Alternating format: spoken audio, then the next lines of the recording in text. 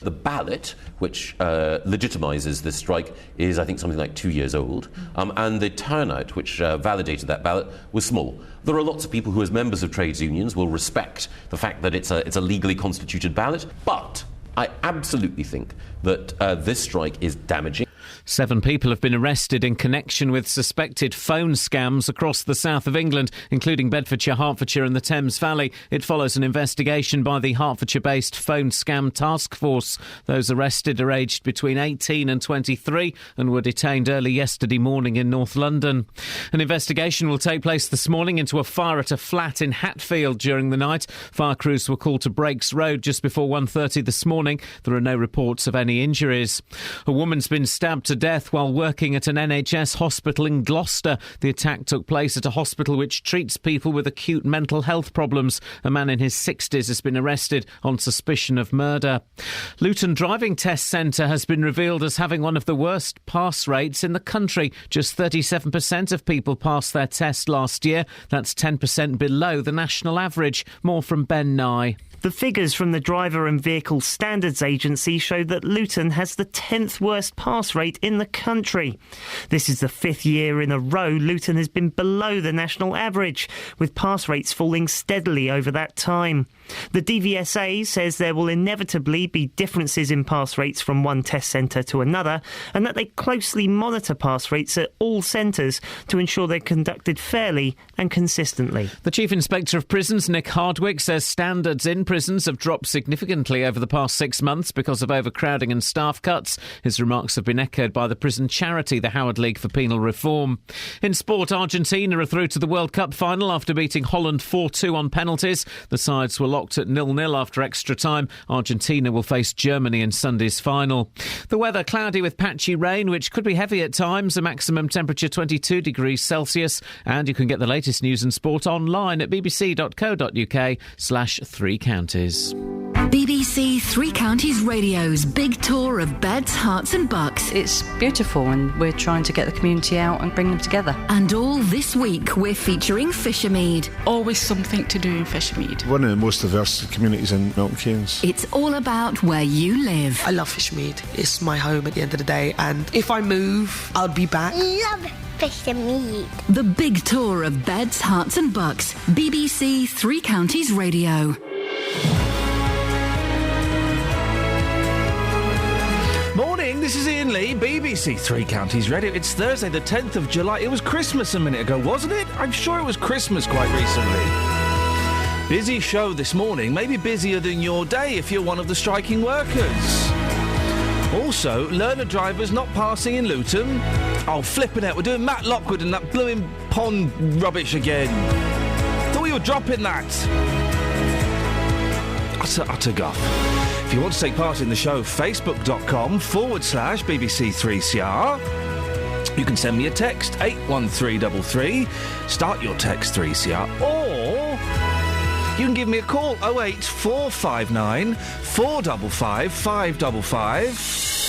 Across beds, hearts and bucks. This is BBC Three Counties Radio. Give me a call. Give me a call if you're striking or if you're affected by the strikes today. Maybe think they're a terrible, terrible idea, shame on them. Or maybe you're supporting them, 08459 455 555.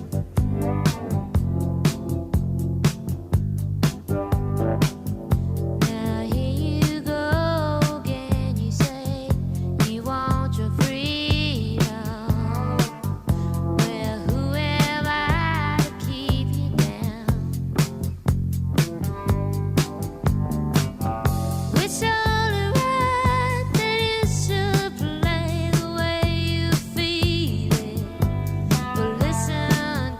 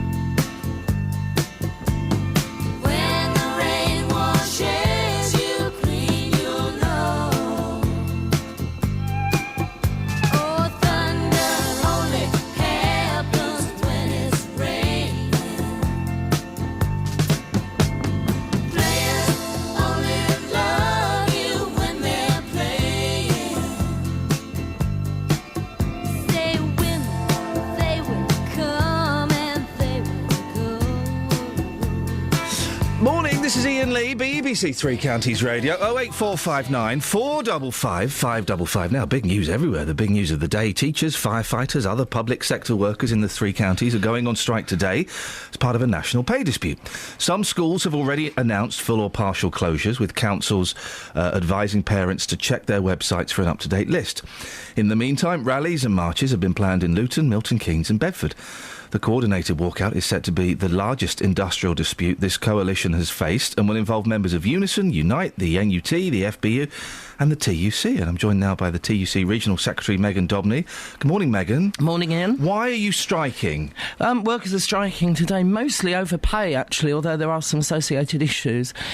What local government workers in particular have seen, but also civil servants and teachers as well, is a pay cuts since 2010 of mounting to thousands of pounds. So they've first of all had pay freezes, then they've had pay rises limited to 1%, whilst inflation's been racing away in the 2 and 3%. So we reckon that over £2,000 a year pay has been lost, and these, of course, are some of the lowest paid workers that maintain society's services.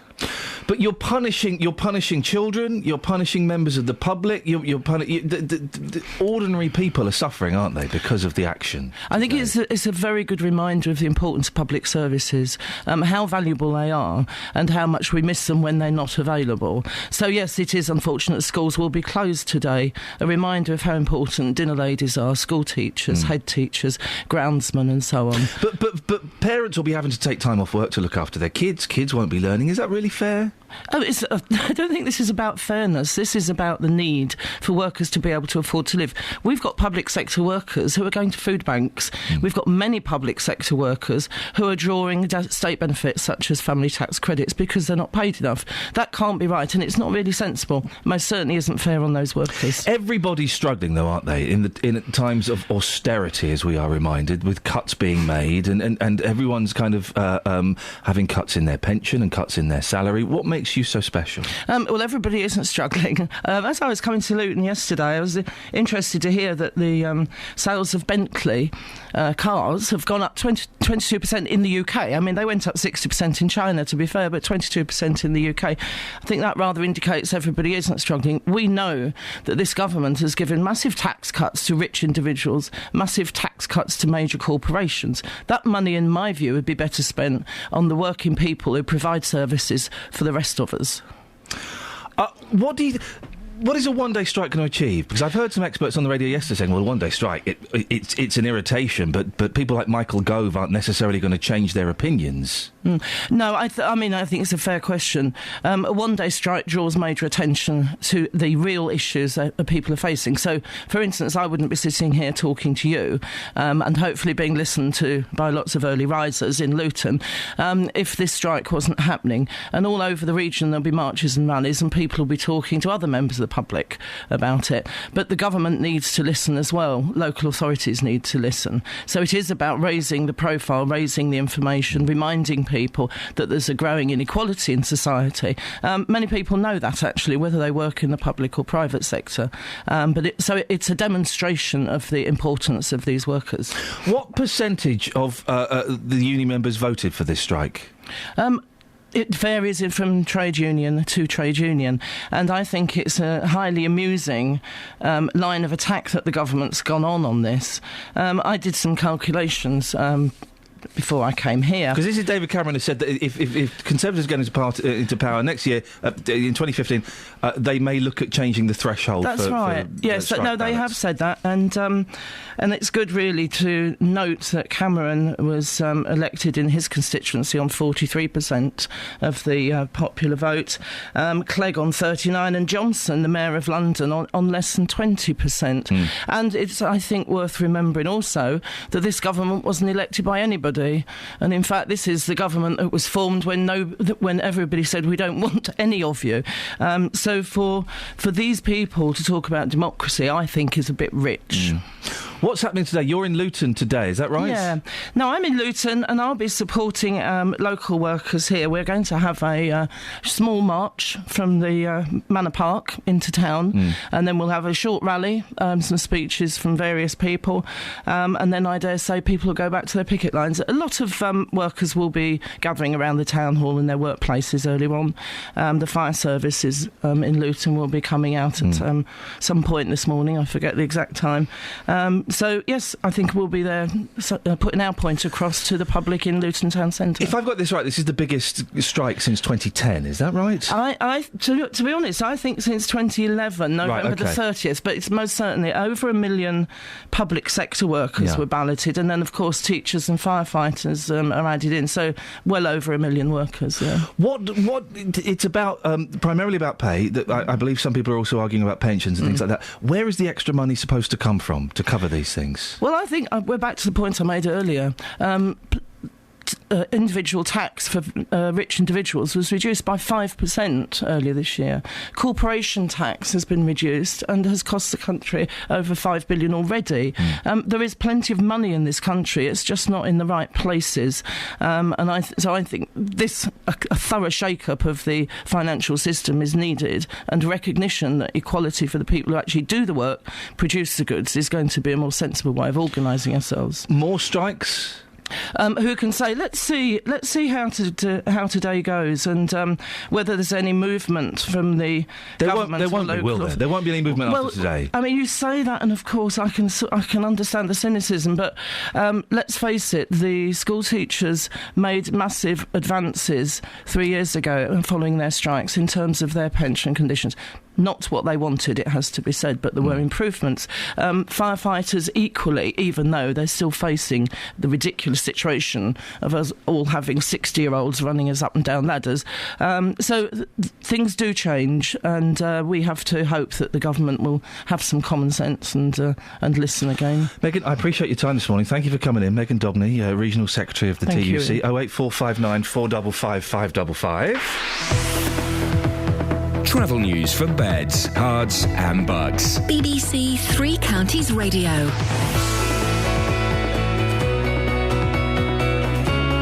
Approaching the Black Cat roundabout on the Great North Road, starting to build up a little bit at the moment on the speed sensors. The M25 in both directions between junction 25 for Enfield and 27 the M11. Those major roadworks continue, often causing delays through the rush.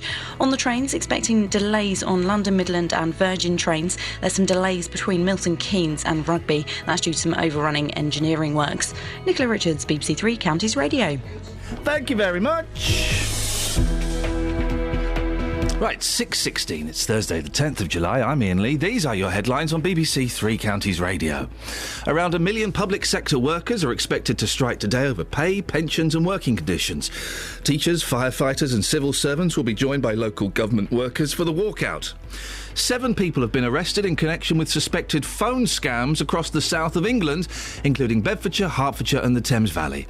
And in sport, Argentina are through to the World Cup final after beating Holland on penalties. Listen, if you just heard Megan there from the TUC talking about the strikes, I'd love to get your thoughts on it. Are you wholeheartedly supporting them? Will you be waving placards and banners? Or do you think, for goodness sakes, come on, everyone's struggling a bit, pull your finger out. 08459 455 555. BBC Three Counties Radio.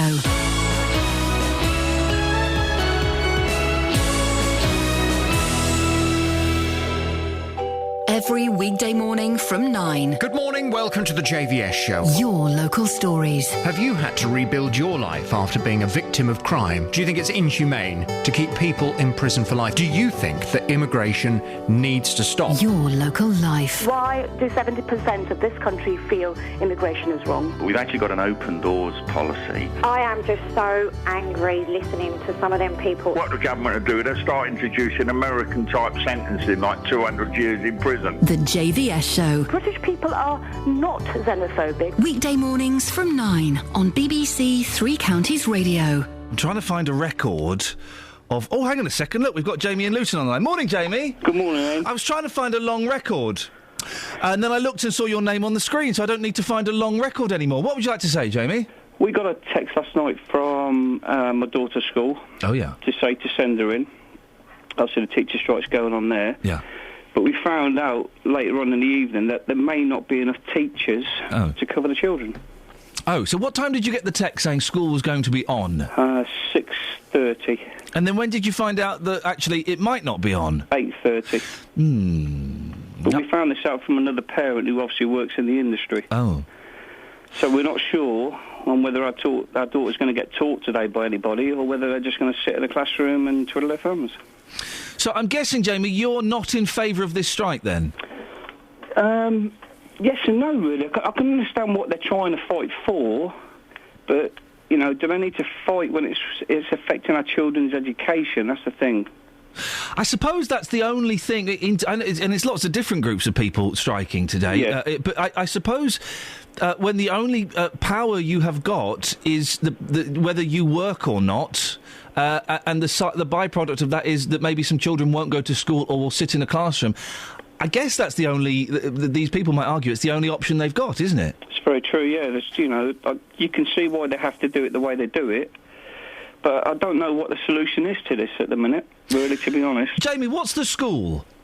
Leland's. OK, well, if we hear from... Keep listening, because if we hear from any other parents who or maybe even some teachers who have got a bit more inside information about Leland's, we'll let you know.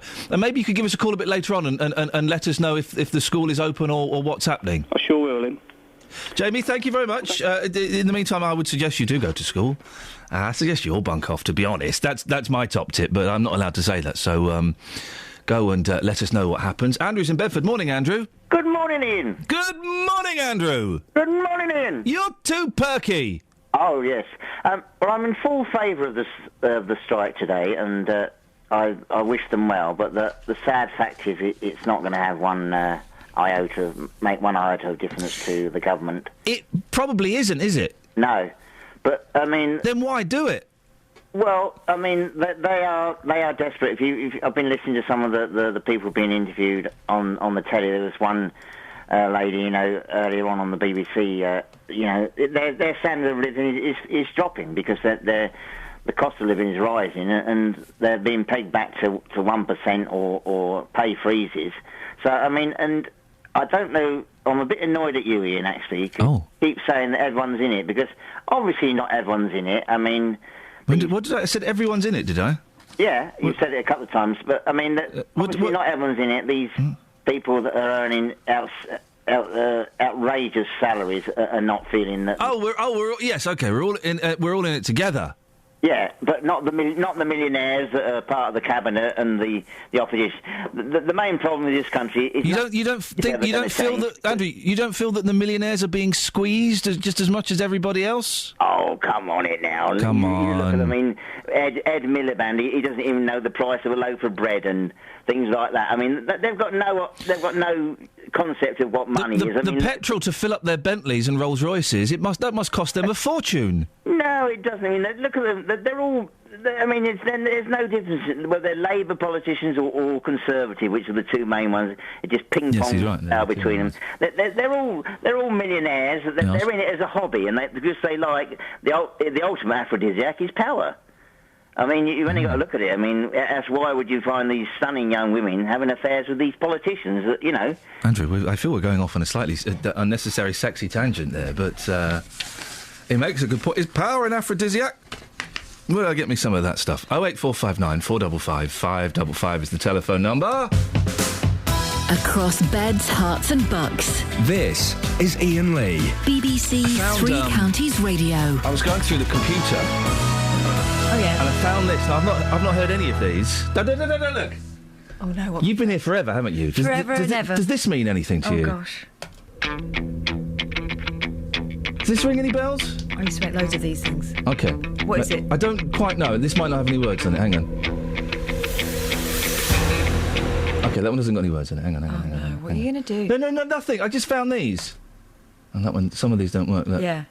For good reason. Oh, no, they're all dead. Let me try this one. No, none of them work. Oh, those are really old. These are Stephen Rhodes' old... Oh, my goodness. No, that was... I thought you were going to bring up something from other programmes where we'd done spoofs of things. Oh, no. No, they've all been filed in my archive. Merry Christmas from BBC Three Counties Radio. Hello, it's Toby Frieden here, and my favourite Christmas cracker joke is... Oh, no. Why can't penguins fly? I don't know. They just can't. I think it's called evolution. Oh. Background and etc. etc. This one's labelled community Jill pub. Dickinson, your company secretary. Tony Fisher. Of the firm that runs this pub. Okay. Could we ask you why you're persistently, dangerously ignoring safety rules on the site? No comment. We've made a comment statement. No comment. Oh, I don't fantastic. even recognise that voice. No. And I have worked here forever. Isn't that interesting? What's on the computer? I'd clear all this up if I were them. There you go. Why would you keep this? Dorothy Bashford, you were It's involved. Tony Fisher. He likes to record his entrances and exits. Now, listen. He does. Now, listen, if you're looking to take your practical driving test in Luton, you might want to have a think again. Luton has got the 10th lowest pass rate in the country, with just 37% of those taking the test passing between April 2013 and March 2014. That's 10% off the national average. Well, Catherine Boyle, who does have a full driving licence, has been looking into this.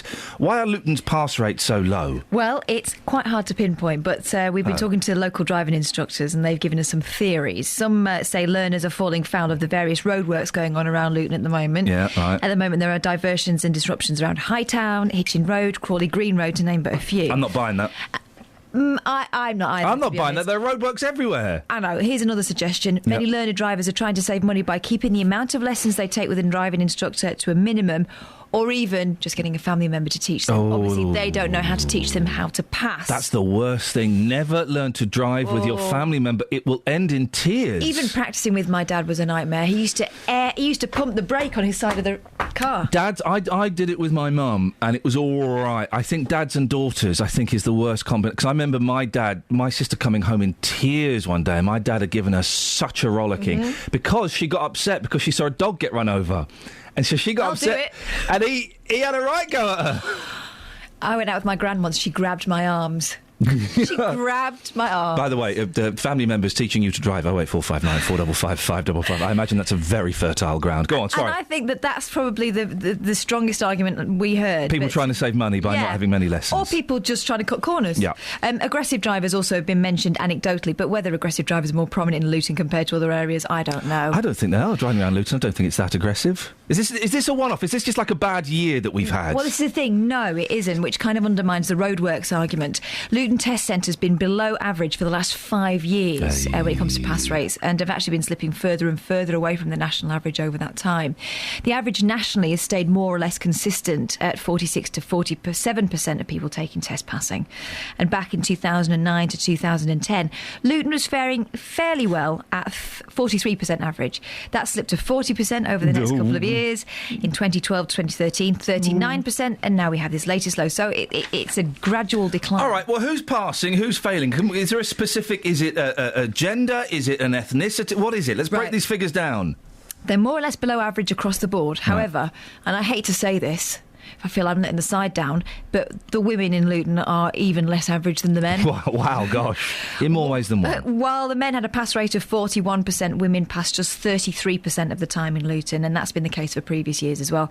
Other interesting differences we noticed was in the pass rates of people of different ethnicities in Luton. Here we go. For the previous year, 2012 to 2013, only 35% those who declared their ethnicity, and this is the thing, you have to fill it in to be able to tell from the figures, but if they declared their ethnicity as Asian or Asian British, 35% of those passed their driving test. Those declaring themselves as black or black British had a similar pass rate of just over 38%.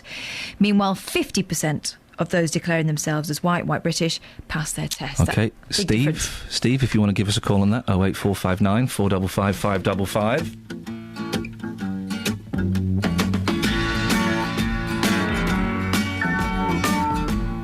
Bridge of sights to rest my eyes in shades of green, under dreaming spires to Ichiku Park, that's where I've been. What did you do there? I got high. What did you feel there? Well, I cried. But why the tears there? Tell you why. It's all too beautiful. It's all too beautiful. It's all too beautiful. It's all too beautiful. I feel inclined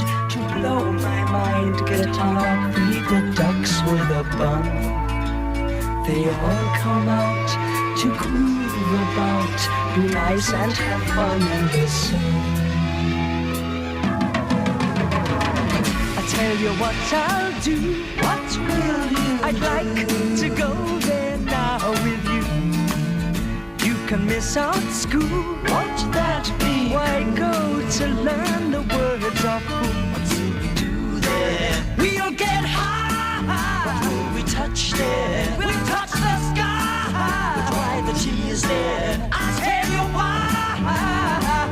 It's all too beautiful. It's all too beautiful. It's all too beautiful. It's all too beautiful. I feel inclined to blow my mind, get hung up, feed the ducks with a bun. They all come out to groove about, be nice and have fun in the sun. It's all too beautiful. It's all too beautiful. It's all too beautiful.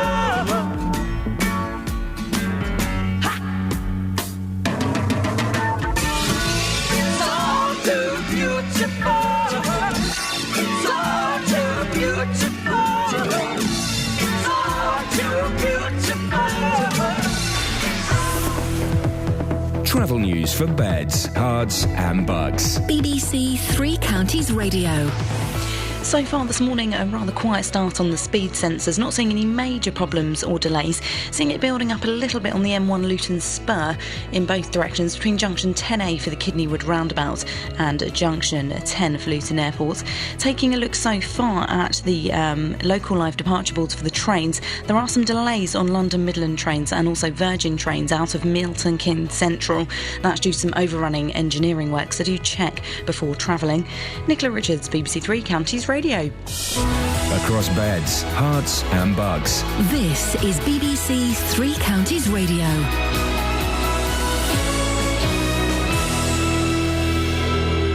It's 6:30. I'm Simon Oxley. Around 1 million public sector workers are expected to strike today over pay, pensions and working conditions. Teachers, firefighters and civil servants will be joined by local government workers for the walkout. 7 people have been arrested in connection with suspected phone scams across the south of England, including Bedfordshire, Hertfordshire and the Thames Valley. Those arrested are aged between 18 and 23 and were detained early yesterday morning in North London. And Luton Driving Test Centre has been revealed as having one of the worst pass rates in the country. Just 37% of people passed their test last year. That's 10% below the national average. Three Counties Sports. BBC Three Counties Radio. And Argentina are through to the World Cup final. To take Argentina through on a margin of 4-2, and it's into the net. Sillison got a hand under the ball, but Maxi Rodriguez converts the penalty, and it's Argentina who will play Germany in Rio on Sunday in the final of 2014 in Brazil. Alan Green with the commentary after it finished 0-0 at the end of extra time. Arsenal are close to completing the signing of Barcelona and Chile forward Alexis Sanchez for £30 million. And Stevenage won their opening pre-season friendly 3-0 at Arlesey last night with first-half goals from Dean Wells, Tom Pett and Adam Marriott. Graham Wesley handed starts to 8 of his summer arrivals. India's cricketers will resume on 259 for 4 on day 2 of the first test against England at Trent Bridge, with opener Murali Vijay 122 not out. Here's Jonathan Agnew. Different overhead conditions today might bring the pitch to life, in which case England will feel they've done well to have restricted India yesterday. An apology from the Trent Bridge groundsman reflects the stifling impact the pitch has had. Genuine edges failed to carry to the slips and there was no pace whatsoever. But cloud cover makes a difference here, and with the ball only 10 overs old, England hope they can make batting more challenging. That said, they stuck to their task very well yesterday, as did Murali Vijay, who batted all day to score his first century outside India, although the conditions resembled Nagpur rather more than Nottingham. The Women's British Open Golf starts today at Royal Birkdale. It's also been announced that the 2016 Championship will be held at Woburn. And the Tour de France continues today, but without last year's champion Chris Froome. The British rider crashed out yesterday. BBC Three Counties News and Sport. The next full bulletin is at 7. across beds, hearts and bucks. This is Iain Lee. BBC Three Counties Radio. I'm on strike. No, you're not. In support of my brothers and my sisters and my comrades who are on the picket line today, I'm having a little bit of time off. You can't do that and claim their cause, because I know it's just because you're a lazy oaf. No, it's not. Well, okay, yes, I am lazy. I'm sure some of the people on strike today are shirkers, let's be honest. Day off? Yeah, I'll have 2 rights. What, Thursday off? Beautiful. Might not even got a phone in sick on a Friday. 4-day weekend. Fantastic. But I'm a member of a union. Oh, no, hang on, I'm not. But if I were, and if I'm on strike, and you cannot argue my right to withdraw my labour, and I'm withdrawing my labour. It's withdrawn. I'm not even talking. I'm turning my microphone off. I have withdrawn my labour. If you want to be a what do they call it? A leech? Scab. If you want to be a scab. I'm not in your union. I'm not in a union. The union of one. Exactly. Scab on, sister. OK, well, let's have a look at the papers, shall we? Look at this. Fair pay for fair work. Fair pay. You do all right. For fair work. I'm doing... What work is this? This is. Your work is, at best, in quote marks. Wow. You've italicised those words in those quote marks as well. Yeah, with my face. Look, we've got someone phoning up now. If only there was a way I could take them straight to air. There must be at some... No, unfortunately, Kelly's the only worker on this programme. There must be. Can I not touch something? I've cut them off. What are you doing? What are you doing? Hello? I've cut them off. OK, well, that's fair enough. That's fair enough. Right, what you got in the papers then? My strike's over, by the way, guys. I hope you've listened and paid attention. Point made, I think. Yeah. 12-fold surge in parking ticket appeals. Appeals against parking tickets. I got a parking ticket yesterday. I was so... Oh, I had parking ticket face. I had PTF. I did. Show me it. You get in the car. Hang on, I've got. So you don't notice. You get in the car. Is it a bit like my Prince face when I get in my car and you've put a poster facing inwards? That's not me Prince. doing that. That's not me doing that. That's the similar thing that I do when you put Prince on my car. Oh, right. And the thing is, it's one of those. He's mouthing an expletive. It's one of those things where you phone up and you book your pay. It was in Westminster. It was in London. They are prone to it, aren't they? And I thought, well, I'm covered. Because I've paid. I knew I paid. I had a little text. I thought, in your face. The man. Yeah, the man. I'm going to not pay this. £130. 65 pounds if I pay. That's not even... Oh, 65 you pay straight away. I'm going to have you. I got the ticket out. I read it. Oh, you have contravened this such and such parking rule. You have not bought a ticket, or you've parked in a residence bay. Oh, right. Well, I park here all the time. I know I can park here, and I know I've bought the ticket. So I got my text out. Oh, here it is. I've got the thing. Thought I'm just going to go and check. Oh, nuts. I've parked in a residence bay. You nuts.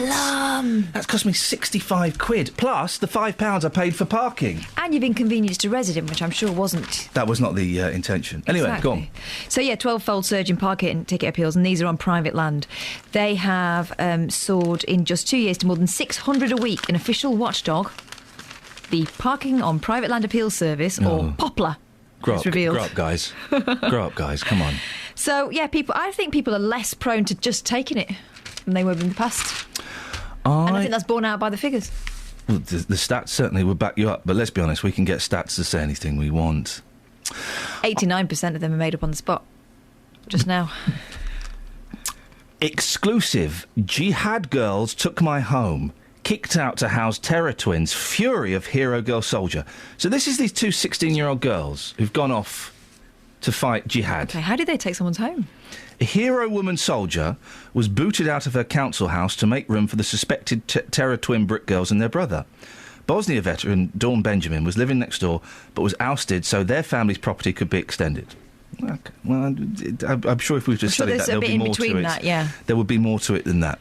Okay, and then it talks about that. For those who don't know, these two Muslim girls, they're 16, they're really bright. They've got something like, 28 GCSEs between them, right? Twins. That's quite good. That's quite good, and they've gone off, we think, to join ISIS. We don't know. They are the sisters, sorry. The brother of the girl twins who fled in secret to Syria is a Quran-reading champion who turned suspected wow, jihadists. There are competitions at this? Yeah. The university student won a category to recite half of the Quran. Wow. Now, the thing is, we don't know exactly what they've done. We don't know exactly where they've gone. I would suggest these two girls, 16... Zara, teenager, smiles for camera while in traditional headscarf, and Salma, she flashes toothy grin. That's what it says there. So it's two women smiling in a family photograph. Yeah. They're really, really bright, right? What have they done wrong? What have they done wrong? I don't know what they've done wrong. Two really bright girls. Are we questioning their political affiliation, or are we questioning the fact that they were put up in council accommodation, which, by its very nature, is usually passed on from someone else? I'm questioning their political affiliation, because this is all suspected. Right. We don't know exactly where they've gone. We don't know exactly what they're doing. But if these two really bright girls have listened to the evidence and weighed up the evidence in their obviously very, very smart minds, and they've thought, do you know what, actually, that what is going on, wherever it is they've gone to, is a just cause. I'm going to go and have a bit of that. Academically bright doesn't necessarily mean that they can't be misguided. Correct. And Correct. Often the most academically brilliant people can be quite idealistic, and maybe life will teach them otherwise. But yes, we don't know what they've actually done at this point. Yeah, but also, even if they've gone off to fight in Syria, I don't know what the problem is with that. Didn't we want to bomb Syria about 6 months ago? Didn't we want to go and fight? Is it Assad? It's Assad, isn't it? Wasn't our Prime Minister in Parliament saying, hey, guys, let's go and take out Assad? I think the problem with ISIS in particular, if they are indeed fighting with ISIS, is they want to bring the jihad across the non-Muslim world, and there is no negotiation with them. You either... But we don't know that these girls want that. No, but if they're talking about, they're being used as poster children for ISIS, aren't they? Talking about the brother... someone said, a friend said Ahmed's appearance altered dramatically before he left. She added, I knew something wasn't right. He looked intimidating and vengeful. How do you look vengeful? He became more devout. He grew his beard and wouldn't speak to anybody. If they want to come back here and blow us up, that's really bad, and obviously I completely disapprove of that. That gets a thumbs down. But if they've just gone to fight what they believe is to be a just war... I don't see what's wrong with that. We did that in the 30s with the Spanish Civil War. Mm-hmm. The French resistance were doing that in occupied France in the Second World War. You know, and people were going to join them, and we were helping them because we thought that what they were doing, that what the French resistance were doing, they weren't soldiers, they were blokes. No, I think the problem people have in the rest of the world is that there's an empire-building quality to ISIS. Yeah. That's if they've joined ISIS. Mm. I don't know. 08459. But anyway, that story's about them nicking someone's council house. Yeah, exactly. 08459 455 555. There is a story here in the page 13 of the Daily Mail, sacked for having a butterfly tattoo on her foot. It's a local story. We haven't been able to speak to the people involved. This is just what the Mail's saying. Local and vocal. A business executive was sacked for having a visible tattoo on her foot. It's a big one. Jo Perkins, 38, had long had the butterfly design on the side of her left foot when she started working for the multi-million-pound firm Salisbury FM earlier this year. But months after she took up the position, bosses brought in a no tattoos on show rule. Oh. So it's on her foot? Yeah. She could wear a sock? Yes, but if you're wearing or high a boot. Heels, it's a little... unless you're very high fash, you look a wally. Wear a knee-length black boot with a fine stiletto point. I've got an alternative. Yeah? Concealer. Yeah? You know, if you've got a tattoo and you have to cover it up every day, go and get some really good stage makeup. It stays all day. Yeah. But no, she decided that she was just going to have it out, and apparently, according to her, that's why they've kicked her out. Yeah, I'm on their side. I'm on their side on that. If that's the rule, if the rule is no tattoos on display, and that tattoo is on display, I mean, it looks quite trashy, doesn't it? Just what is that? What is it a picture of? It's a butterfly on a swirl. Oh dear! I mean, fair she said play. she was not dealing with the public and was praised for her outstanding work during her 5 months with the firm. After hearing about the anti-tattoo policy, Miss Perkins says she sought advice from HR but never received a response. Miss Perkins says the only way to cover it would be to wear a sock. I'm a businesswoman and I wear smart dresses to work, and that would look stupid. Though they were right to get rid of her, obviously, weren't they? 08459 455, call me now. I think on your foot's different from on your face. Yeah, but it's still, if there no tattoos on display and that's on display, it looks awful, very trashy. Says you. Some people like it. Some people think it's body art. They do, trashy people. Hey, Kanye West is my new hero. Oh, why? He was on the Eurostar the other day, and he kicked off because he needed a poo. Wow. Yeah. I mean, even superstars have to go. Even superstars. He wasn't happy. I'm sure it's gold. On the Eurostar, you don't get fancy toilet paper. You kind of get the tracing paper. Oh yes, stuff. I've heard about this. Like that ISIL stuff used to get in the 1970s at school.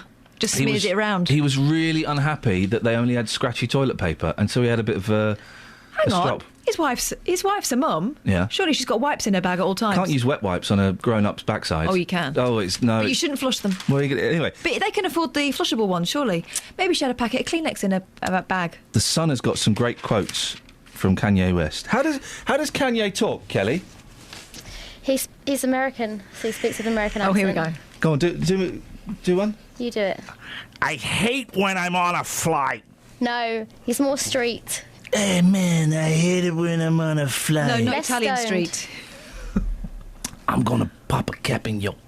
I'm gonna pop a cap. No, he doesn't. I hate it when I'm on a flight and I wake up with a water bottle next to me. Like, oh, great. Now I gotta be responsible for this water bottle. Let's have another Kanye West. He's more high-pitched. I don't even listen to rap. Less high-pitched. My apartment is too nice to listen to rap in. Fur pillows are hard to actually sleep on. There's another What's really a fur good... pillow? There's two more. There's two really good ones here. Sometimes people write novels and they just be so wordy. Sometimes people write novels and they just be so wordy and so self-absorbed. I'm not a fan of books. I would never want a book's autograph. I'm a proud non-reader of books. And you can tell. Yeah, and finally, this is Kanye West speaking in the third person. About himself? Well, yeah. Just checking. Kanye West is going to mean something similar to what Steve Jobs means. I am undoubtedly Steve of internet, downtown, fashion, culture, period. He means full stop there. By a long jump. It's like when Biggie passed and Jay-Z was allowed to become Jay-Z. I'm undoubtedly Steve of internet. Undoubtedly, apparently. Yeah, undoubtedly. Wise words, Kanye. Wise words. I'm not a fan of books. I would never want a book's autograph. What a plum. 08459 455 555. Oh, no, that's Elkie Brooks. We want this. Travel news for beds, cards and bugs. BBC Three Counties Radio. Building up a bit now on the Great North Road just approaching the Black Cat roundabouts where there's some roadworks taking place at the moment. The M25 heading anti-clockwise, rather slow moving between junction 21 the M1 and junction 20 at Kings Langley. It is looking very heavy at the moment in Brickheadwood on the North Orbital Road just off the M25 and slow moving on the Barnet Bypass heading southbound between Stirling Corner and Mill Hill Circus. Normal service has now just resumed on London Midland. That was some problems coming out of Milton Keynes Central. Nicola Richards, BBC Three Counties Radio. Thank you very much. 6:46. It is Thursday, the 10th of July. I'm Iain Lee. These are your headlines on BBC Three Counties Radio. Around 1 million public sector workers are expected to strike today over pay, pensions and working conditions. Teachers, firefighters and civil servants will be joined by local government workers for the walkout.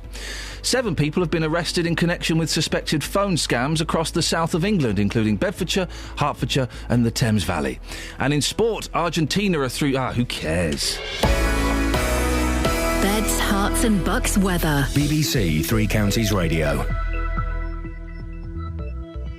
Hello.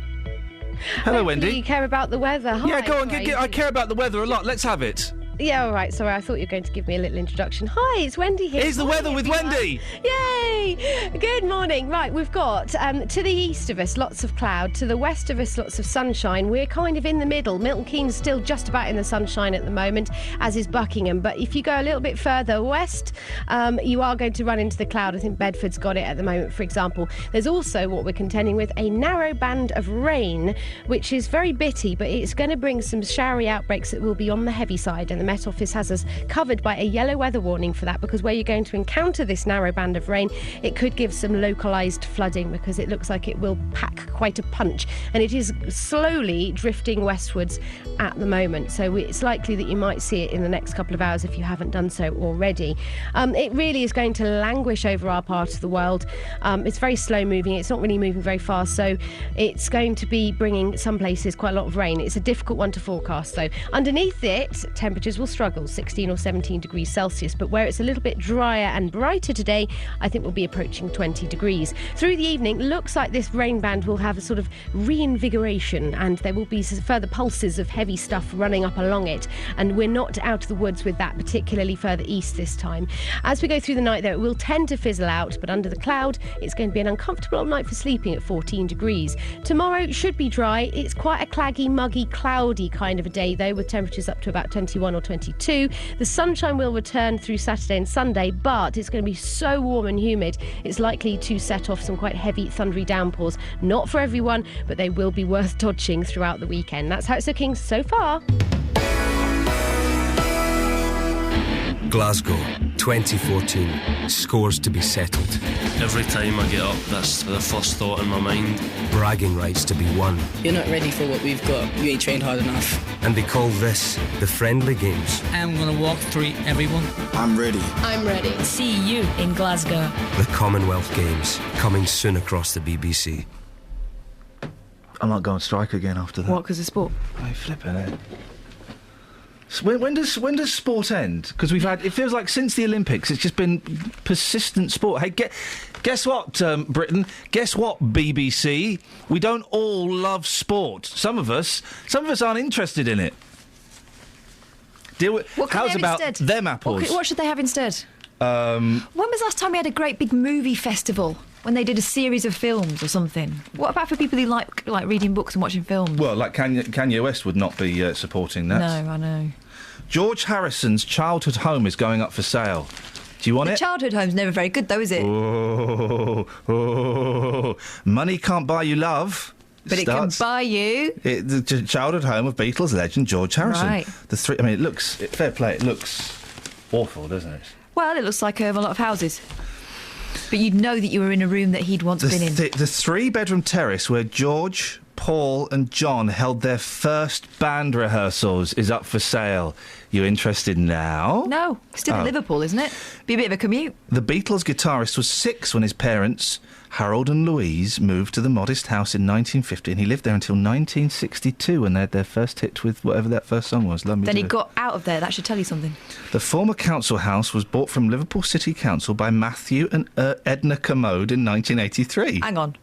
What's their surname? Commode. Not Kermode.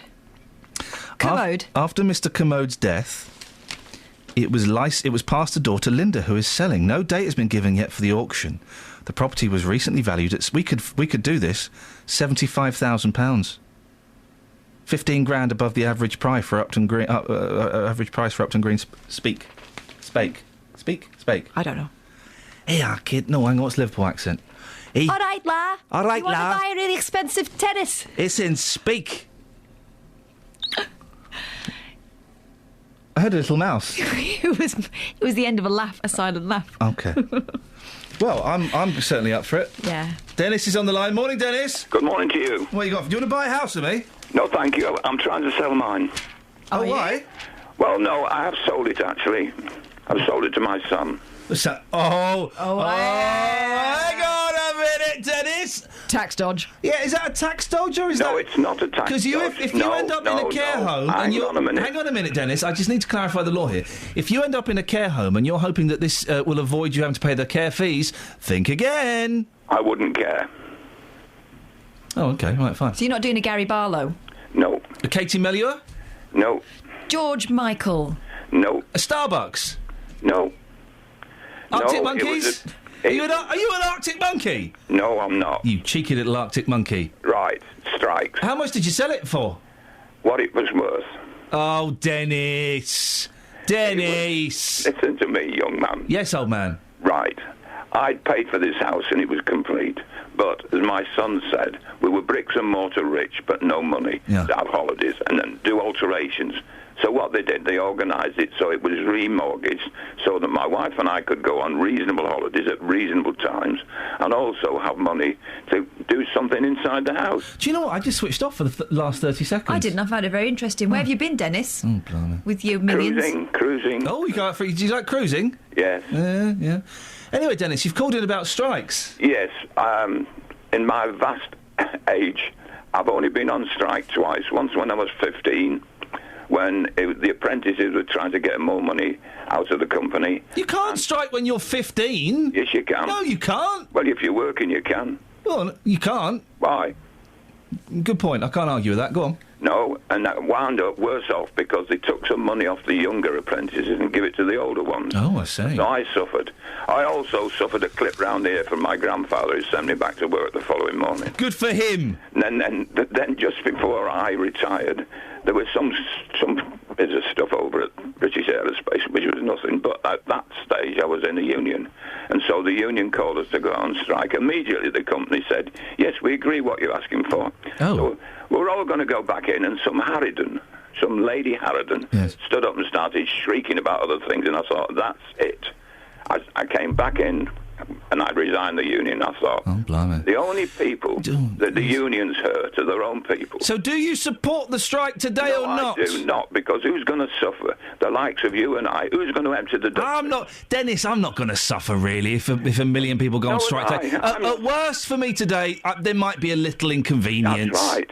I'm saying to the only people they will hurt are their only ordinary people. Dennis, listen, we're running out of time, but very quickly, we're also talking about driving lessons. Did you ever teach your kids to drive? No. Oh. Why not? Because it took me 5 lessons to get 5 strikes to get me phone going in the first place. There we go, Dennis. Thank you very much. 08459 455 555. Do you ever teach your family to drive? It's the worst thing you can do, isn't it?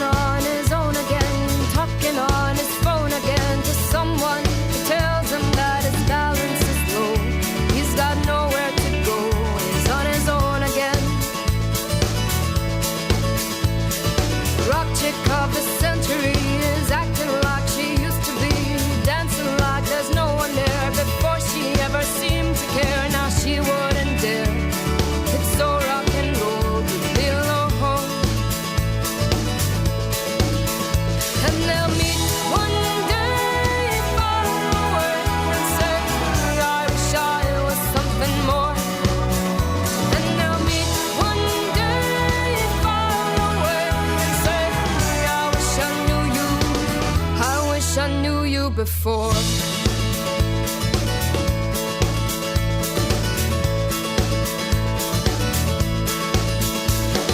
Mrs. Black and White, she's never seen a shade of grey. Always something on her mind every single day, but now she's lost her way. And where does she go from here? Mr. Multicultural sees all that one could see. He's living proof of someone very different to me, but now he wants to be free, free so he can see. And they'll meet one day far away and say, I wish I was something more. And they'll meet one day far away and say, I wish I knew you, I wish I knew you before.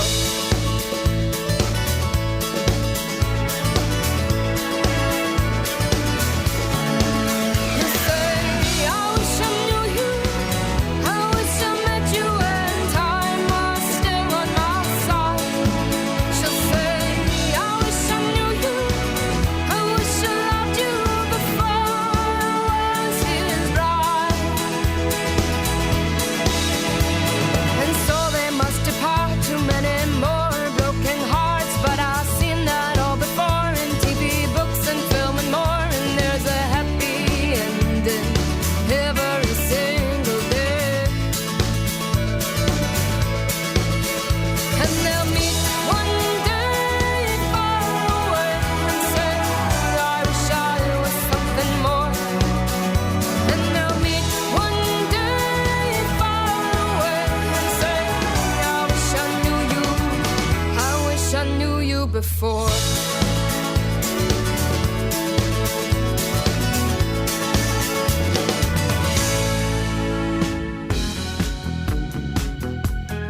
Oh, no. Oh, flipping it, no. This ain't no disco.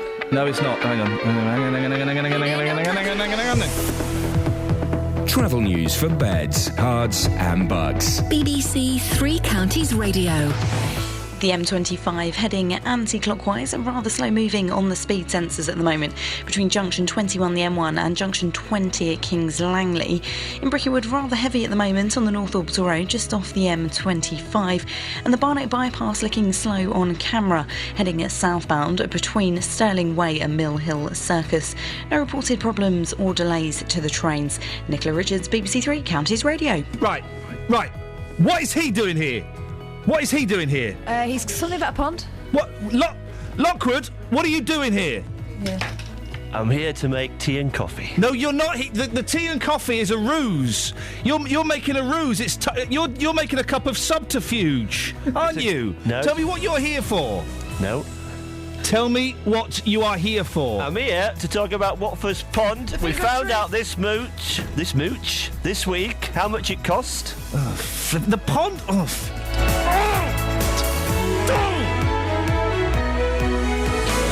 Local and vocal across beds, hearts and bucks. This is BBC Three Counties Radio.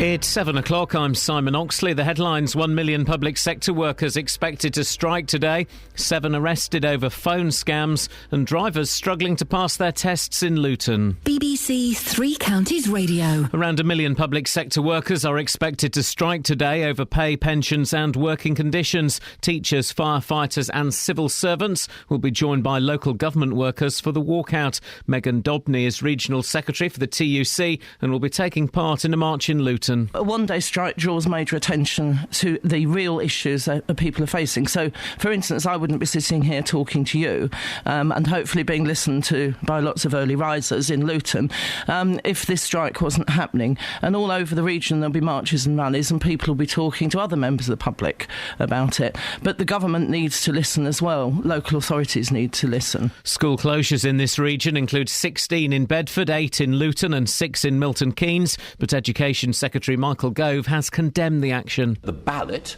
which legitimises this strike, is, I think, something like 2 years old. And the turnout, which validated that ballot, was small. There are lots of people who, as members of trades unions, will respect the fact that it's a legally constituted ballot. But I absolutely think that this strike is damaging.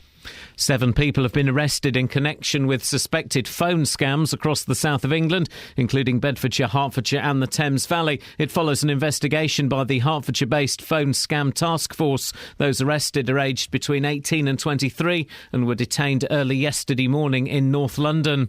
The incoming president of the Royal College of Surgeons has said the waiting time target for routine operations should be reviewed. Claire Marks told the BBC that 18 weeks was too long for people with urgent conditions to wait, while others, such as those with bunions, could be asked to wait longer.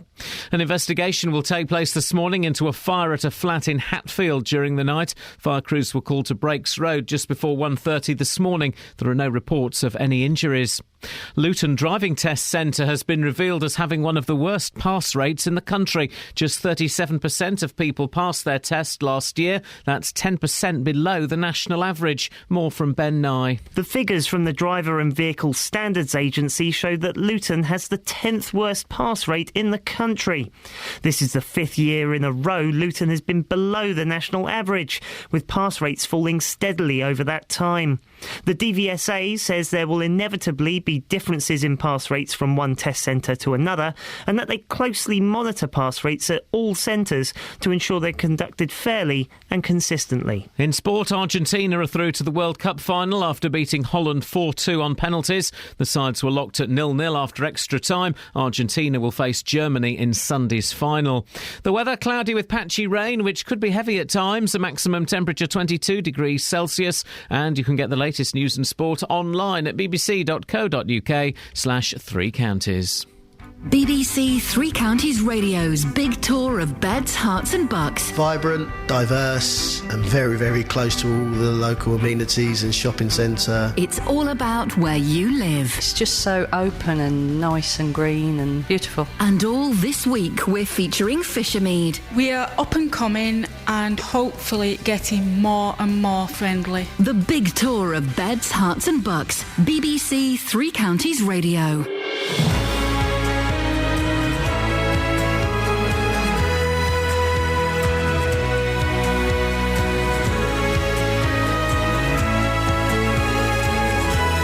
This is Iain Lee, BBC Three Counties Radio. Busy day. Well, unless you're on strike, that is. And then, what do you do when you're on strike? Yeah, you go and, you wave a few banners. Not everybody who's striking is out with a placard, are they? I'd like to get your thoughts on the strike. Are you for or again? Luton does terribly when it comes to learner drivers. Your driving lesson story, please. The worst thing you can do is to go out and learn to drive with a family member. Awful. And Matt Lockwood is sobering up now so that he can talk about flipping Watford blooming pond. 08459 455 555. Across beds, hearts and bucks. This is BBC Three Counties Radio. Matt Lockwood went out for a few beers last night with Ben Nye, has made us all the worst cup of coffee in the world. Now, it may be that you've had to take the day off today as the result of someone else's principles. A number of local schools have been forced to close today as the result of coordinated industrial action by teachers, firefighters and by other public sector workers. Love to get your thoughts on this. Are you supporting the strike, or do you think it's an absolutely awful liberty that these people are taking, impacting on your life? 08459 455 555 is the telephone number if you want to give us a call on that. Well, as we've been hearing, members of the unions Unison, Unite, the TUC, the NUT and the FBU are taking part in rallies and marches across, not just the three counties this morning, but across the whole country. In a little bit, we'll be speaking to Justin Dealey, who's at a demonstration which is already underway in Luton. I'm just waiting to see if we've got a guest lined up. Is that guest going to be able to come on? Because I know that time with them is limited. No, they're not. We'll see if they can join us in a second. Justin, I may drop you at a moment's notice. No problem. Don't be offended. We're just waiting for the Parliamentary Under-Secretary of State for Education and Childcare, Elizabeth Truss. But where are you this morning, Just? Yeah, any point you nip in. I'm in Luton. I'm at the Luton Borough Council Central Depot on Portland Court. I'm live here with Mick Smith. Mick is a refuse driver for Luton Borough Council. You're on strike today. Many people here already. Tell our listeners why you're so passionate. Why are you on strike today? We're on strike today because we're looking for a pay rise that has been promised to us. We've had 4 years of no pay rises, and we've just slipped too far down the scale. Justin, I'm really sorry to interrupt. We're going to have to. I will come back to you in about 2 minutes' time. We just have limited time with our next guest, Justin. We'll get the gentleman's full answer. We can be joined now by Parliamentary Under-Secretary of State for Education and Childcare, Elizabeth Truss. Good morning, Elizabeth. Good morning, Elizabeth. I would assume that you are against this strike. That's absolutely right. I think it's a huge inconvenience to parents. I think it's potentially damaging to children's education. And I think there's a very low mandate for this strike. The NUT only had a poll 2 years ago on this strike, and they've used it to justify a series of industrial actions over that time. What percentage of the population voted for David Cameron? Well, I don't have that figure on hand. No, but that's a very small number as well, isn't it? So saying that they don't have a mandate for strike action when most members of Parliament have even less of a turnout voting for them, it seems a little unfair, doesn't it? But what we're talking about is the vast majority of members of the union not voting for strike action. Those are hard-working teachers who want to go into school, they want to do a good job. Well, they can go into school and do a good job if they want, can't they? The union, as I've said, the union held the ballot over 2 years ago and are using that to justify a series of action. And I think that what we're saying is that we want to look at rolling strikes, and we think there should be a minimum threshold because this is hugely disruptive. But again, you'd have to apply that, wouldn't you, to Boris Johnson and to yourself and to David Cameron and to Nick Clegg? And if you did follow that through, then they wouldn't be in power. I don't think that's an analogous situation. When the public vote for politicians, they're not voting for them to go on strike. No, they're voting for people to rule the country. This is a decision of people who are working in the teaching profession. And the fact is, the vast majority have not voted for a strike. It's on a very low turnout. And we think that they should have a minimum level of voting for a strike to be able to cause the level of disruption we're talking about. And this means many parents are going to have to miss work. It means that children are going to miss valuable parts of the education. Well, kids are going to miss a day, Elizabeth. The kids are going to miss a day. They'll be fine. When was the last time that Michael Gove sat down with the teaching unions? The 25th of June. OK, and what compromises did he offer? Well, Michael Gove has had a series of talks about the various subjects the teaching unions have raised. We've made a lot of changes. What compromises has he offered? Well, the point is that the teaching unions are saying there are issues about bureaucracy and red tape. Actually, this government have reduced the level of bureaucracy and red tape. It's not just about bureaucracy and red tape, is it? Some of the unions are objecting to performance-related pay. Yep. What we know is that teachers themselves support performance-related pay. So what we have here is union leaders who are saying one thing and their members actually believe another thing. Well, Elizabeth, that isn't quite true. That isn't quite true, is it? Not a significant number of teachers don't agree with performance-related pay. They think it's unfair and will punish them. Well, there's a survey of teachers recently that showed over half of them do support performance-related. Who commissioned that survey? That was the Sutton Trust. OK. So they're not just unhappy with... There was also an international survey called Talis, which came up with similar results. OK. And all the surveys show that that teachers want good teachers to be able to be paid more, which makes But they're sense. unhappy. They're not just unhappy about working. They're not just unhappy about working conditions. They're unhappy about pay being cut. They're unhappy about pensions being cut. They're unhappy about extra workloads.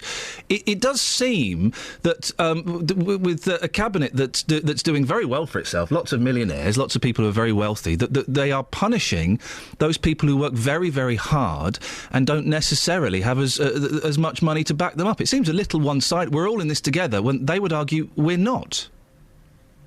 Well, what we have in the teaching profession is we have very high-quality teachers entering the profession, a record number of graduates from top universities. It's becoming an increasingly popular profession. We've given the profession the tools to reduce the workload. But why are they saying they've got a bigger workload and less money? Well, I'm saying that this is what the union leaders are saying. Well, no, and I've spoken to actual teachers, and they all say their workload is bigger than it ever has been, and they are getting realistically less money. Well, there are a number of things we've done to cut the level of workload. For example, there is a APP monitoring system that teachers had to fill in under previous government. We've removed that. I don't know what that means. We've given teachers much more... I don't know what an APP monitoring system is. It's a complicated, box-ticking, bureaucratic system which we've removed, which used to mean teachers would spend hours of time filling this in, and we've removed the requirement for them to do that. The fact is that our teachers do work long hours, but those long hours are not working in the classroom. They spend the same amount of time working in the classroom as teachers from other countries. The time is being spent on things like planning, and what we know is that teachers in this country are less likely to use textbooks and they're less likely to share resources. So one of the ways that we could reduce it's their is fault. to have more use of shared resources. It's their fault for not sharing resources. Elizabeth, thank you very much. Parliamentary Under-Secretary of State for Education and Childcare, Elizabeth Truss. I'd love to get your thoughts on this. 08459 455 555. Justin, I'm sorry to have cut you short, sir. Interesting stuff. We had very limited time there with Elizabeth, so I had to squeeze her in. No problem.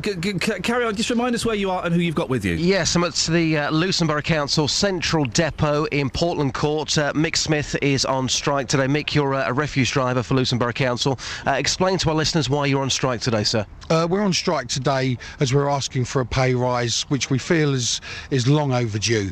It's been a total of 4 years now since we've had a pay rise, and believe that we've just slipped too far down the scale. Something needs to be addressed, basically. Very personal question. How much money do you earn every single year? £20,000 and 600. OK, £20,000 a year. You haven't been, we haven't had a pay rise for 4 years. That sounds very familiar to me with a number of people that I've been talking to. What makes you so special? What makes you so different? It doesn't make there's nothing that makes me so special or different. It's just that what's fair and what's right. And as I say, we've been promised a pay rise. We've been offered a derisory amount of 1%, which, as everybody knows, you only have to look at the figures that the government give out to you. It doesn't work. It's not fair. So the streets of Luton today will be filthy. Will you go on strike again? Yes, if it needs, then yes, we will, because everybody feels that strongly about it. Do you think the public will support you? A number of people bibbing their horns this morning, but on the whole, do you think the people will support you? Yes, I think they will, and I think they see our point. I hope they do anyway. Mick, if you're so unhappy in your job, why don't you go and get another job? I'm not unhappy in my job. Well, you sound it. You're on strike. Yeah, I'm only unhappy as what I feel has been owed to us and what is fair. So if it's not fair, and you're saying you want more money, why don't you go and look for another job? Have you done that? Some people would love to be in your position. They'd love to have a job that pays £20,000 a year. Yes, I understand that.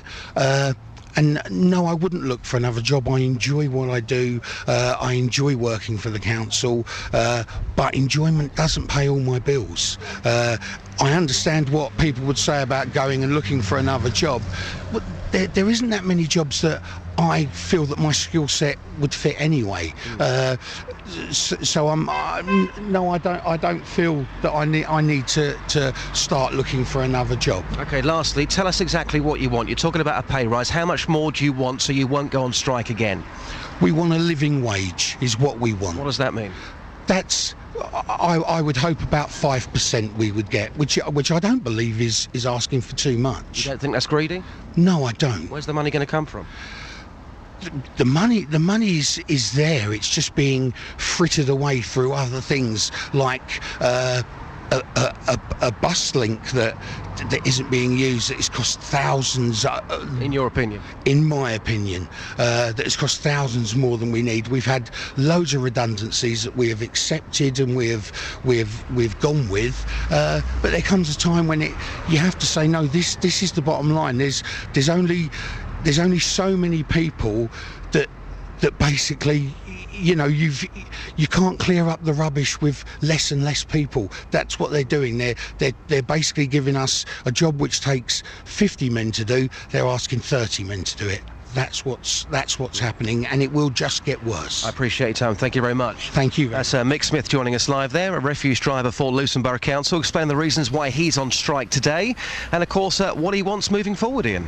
Justin, thank you for that again. Apologies for kind of nipping in halfway through there and stealing some of your thunder. 08459 455 555. Big strike, 1 million people on strike today. Well, are you for or against? Very simple question. Give us a call. It's 7:16, BBC Three Counties Radio. Let's get the travel news now. Travel news for beds, cards and bugs. BBC Three Counties Radio. Building up now on the M1 Luton Spur in both directions between junction 10A for the Kidney Wood roundabout and junction 10 for Luton Airport. Those major roadworks causing delays there.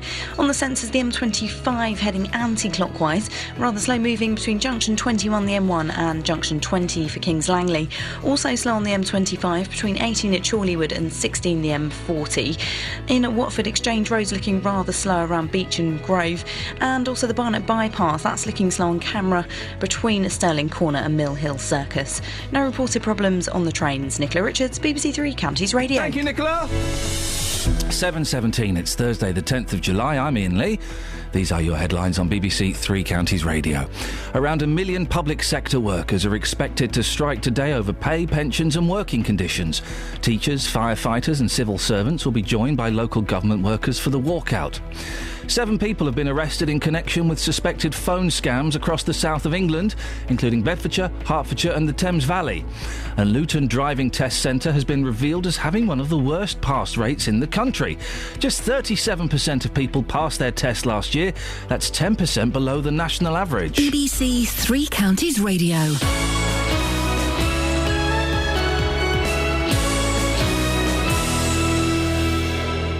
Every weekday morning. My show's called The JVS Show, 9 o'clock in the morning on BBC Three Counties Radio. Jonathan Vernon Smith. I deal with the consumer problems that affect people all over Beds, Herts and Bucks. And I said, well, I didn't come all this way to be looking at a broken down hotel. Those companies, those councils, those organisations that are letting people down. This guy turned around and said to me that they're not prepared to pay me, and I said, so you're forcing me to take action. And he said, good luck, and put the phone down on me. I get my teeth into them. Oh, Jonathan, I'll start crying soon. We don't know what to do. Deal with them and hopefully get results for you, the consumers. And it got so convoluted, I thought there's only one person to sort this out. The JVS Show on BBC Three Counties Radio. 08459 455 555. Strike. Mark's in Luton. Morning, Mark.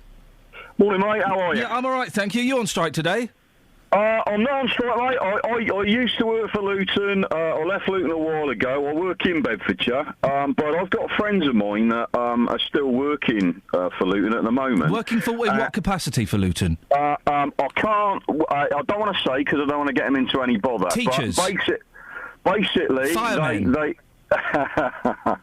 bin men. They work in a particular department, and basically they rang me the other day and they said life's getting extremely difficult for them because the council's making them pay £1,000 to park at work for the year, and it's really, really making a life. So in addition to, obviously, the problems that they got already, they're being hit with parking charges, which is making it so difficult, though, Hang on, so people who work for Luton Council have got to pay £1,000 a year to park? That in a nutshell, yeah. Really? Yeah. Well, I know Luton Borough Council are big friends of the show and would no doubt be happy to come and... Gareth, we should look into this. Council workers have to pay £1,000. I know it's not unusual sometimes for people to be asked to give a portion of their salary to pay for parking. It's going to happen when we move to the new place. But £1,000 seems like a lot. We're very, very stressed out about it, mate. We'll check it out. We will check it out, Mark. As I have to slightly stroke my beard and say chinny wreck on because, I don't know you from Adam, but we'll have a little look. But also, it's kind of tough for lots of people, Mark. Why should they go on strike and withdraw their labour? Well, I guess that's down to them and their particular department, and I don't know all the ins and outs of what's going on. It's been a while since I've been there, you know what I mean? But all I know is that they were very, very concerned by the amount of parking that they were going to have to pay and how it was going to affect them. And obviously £1,000 is a lot in a year on top of your wages, Mark, we will we'll put some calls in today. I know Luton Borough Council are big fans of the show, so hopefully we'll be able to get some answers. Well, I'm sure there is somebody listening now. We could just tweet them. They reply to my tweets, just not the phone calls from BBC Three Counties Radio. 08459 455 555. Now, roadworks, aggressive drivers and amateur driving instructors are being blamed for low pass rates for learner drivers in Luton. Our reporters have been asking professional driving instructors why they think the town's test centre has the 10th lowest pass rate in the country. Just 37% of those taking the test got their licence between April 2013 and March 2014. That's 10% off the national average. Well, Les Stonnell is a driving instructor and is from the Luton and District Driving Schools Association. Les, why is Luton doing so badly? Morning, Ian. Morning. Well, basically, Luton is one of the busiest test centres in the country. When you say it's measured in percentages, 37%, but if you say one person passes and only one person does a test, that's 100% pass rate. Luton are doing something like about 56 tests every day. Yeah. That's 6 days a week, so there's a hell of a lot of people going through. One of the biggest reasons why people fail is because they don't do enough practice. They go down unprepared. Partly that's because of economic reasons. They can't afford the driving lessons, so they try and get through on a tight budget. So really they're going down unprepared. Also the nerves play a great part in when they go down there, particularly if they haven't had the practice, like I said. Yeah, but everyone's nervous when you do your driving. I was terrified. I nearly swore then. I was terrified when I did my driving test. Oh yeah, most people are. And really there's only about probably about between 30 and 40% actually pass on the first attempt. They normally fail because their nerves get the better of them, their legs start shaking, then they end up stalling the car. But that doesn't explain why we have one of the lowest averages of people passing their driving test, because they're nervous, because people are nervous everywhere. Is it? Well, maybe is it a good? Maybe it's a good thing, Les. Maybe we've got the toughest examiners here. Well, no, actually, we've got some of the best examiners in Luton. They tend to go out of their way to make people more relaxed and try and get over their nerves. But there's various things in Luton. You mentioned the roadworks, for instance. They're having to deal with all the cones and the new bypasses what are going through. They've got to deal with that. They've been going down there before the roadworks. We've done badly before the roadworks were introduced. Oh, yeah. But then again, there's so many tests every day. There's anything up to 56 tests per day, which are going out. Now, if you get only half of them pass, that's only a 50% pass rate. You don't get half of them pass. You get 36% of them. You get a third of them pass. OK, well, you get a third of them pass. Yeah. But then again, if you go to another test centre where it only does a half of the amount of tests what Luton does, and, it's going to be a higher pass rate, isn't it? Well, if you work at the same averages. I don't think we can kind of break down how percentages work and argue that those. Is it an ethnic thing, Les? Is that what we're skirting around? That there are large ethnic communities. No, it's nothing to do with that. If you're taught properly and you drive, then you're going to pass. If you don't do it right, you're going to fail. Simple as that. Ethnics or personalities don't come into it. Well, maybe it does. Listen, because there could be language barriers, there could be cultural barriers. 2012 to 2013, only 35% of those who declared their ethnicity as Asian or Asian British passed their driving test. Black or Black British, 38%. White, 50%. Yeah, I suppose I will agree with that to a certain degree. There is a language barrier sometimes. You do get quite a few people go down who cannot speak the language or speak English. Yeah. But then again, directions, and quite often they have an interpreter with them as well. But then again, if we go back to what I said at the start, if they go prepared properly for it and they do the practice for it, then they will pass. The other one is quite often a lot of people go down there and they don't take professional lessons. No. Family members, isn't it? Family members and that. But the family's perhaps got not saying there's anything wrong with their driving, but they've got a distorted view of what the test is about. Oh, you can't be taught by family members. It will end in tears, and also they'll teach you all the bad habits, won't they? Well, that's right. I mean, family members, they drive perfectly well, even with the bad habits, because what they can do is their experience is so much greater and their reaction times are a lot faster. And yet they pass it on to the learner driver, whose reaction times are a lot slower, and that's where they get into trouble. We've got Carpet Martin has tweeted. Hang on, this sums up for me one of the problems of having family members teach you to drive. Hang on, I've lost this tweet now. Here it is. Yeah, go on. My brother taught me to drive in his knackered Datsun Sunny. You don't need a left indicator is a mantra I still follow. No, you've got to tell people what you're doing. Indicators of communication. You must tell people what you're doing. If you're going left and you just turn... Yeah. Yeah. Or even if you pull up on the side of a road and no signal and somebody behind you, they think you're stopping, and then they're going to pull up behind you, aren't they? Which means they've got to probably reverse back to get round you. Les, I hear that some of your students have had problems with other road users in Luton. Oh, yeah, we get all sorts. Bad attitude, in particular taxi drivers. Taxi drivers are rushing around to get their next pupil and so on, and they will cut you up. I had one failed on Telford Way roundabout where she was turning right, going down Telford Way, going towards Bedford, down Telford Way, and the taxi driver had come out of Dalla Road, had come down to turn right to go all the way round and back up Stewart Street, and they come round the left-hand lane, cut everybody up on the left-hand lane. Genius. And it cost my pupil the test. Les, I appreciate your time. Les Stonnell, driving instructor, and also from the Luton and District Driving Schools Association. Family members teaching is the worst thing. Not a good idea. The worst thing you can have. One, because they love you and they don't want you to kill them and yourself. And so two, because they're very nervous. They hate you. By the end, yeah. By the end of it, they hate you. But also... and it's their car. Can I just say it? It's obviously an ethnic thing, isn't it, that Luton is doing? So Luton has got huge, wonderful, beautiful, diverse ethnic population. Great, embrace it. The figures there suggest there is a massive disparity. The figures are showing that 50% of people who declare themselves white on their test application form are passing, and only, 36%, something like that? 35% who declare themselves as Asian or Asian British, 38% who describe themselves as Black or Black British are passing. Look at the figures with women. It's women, isn't it? 41% of men had a pass rate, 33% of women had a pass rate in Luton, specifically. So I'm going to say it. It's Asian women. Could it be that they're being taught by family members? It's Asian women, OK? Now, for whatever reason that is, and we can analyse that, is it because they're being taught by family members? Is it because some of them may perhaps think that they are not necessarily confident, that their confidence has been denied them, so they're not particularly confident drivers? Is it, I'm going to say it and sound like John Gaunt, is it because they're wearing, you know, the veils around their face and they can't see where they're going? Some of them. I don't know. I just don't want to skirt around this. Ooh, the figures would suggest it's Asian women. I'll tell you what it's not. Go on. The roadworks.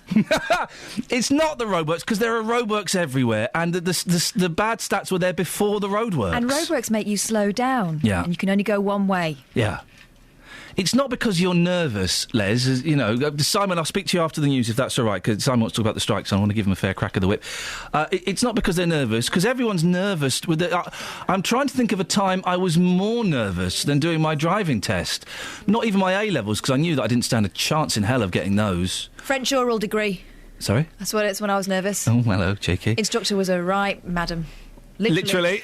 Hey! 08459 455 555. Travel news for beds, cards and bugs. BBC Three Counties Radio. The A1, the Great North Road, queuing at the moment, heading southbound, approaching the Black Cat roundabout. Also very slow on the North Orbital Road, heading northbound just around the Park Street roundabout. Checking the sensors on the M25, heading anti-clockwise. Very slow moving between junction 21A for St Albans and junction 20 for Kings Langley. Taking a look at the M40, that's looking slow on camera from the Denham roundabout, heading towards the M25. And it's queuing on the Barnet bypass, heading southbound between Stirling Corner and Mill Hill Circus. No reported problems on the trains. Nicola Richards, BBC Three Counties Radio. Nicola, thank you. Alistair wasn't happy with my interview there with the Under-Secretary.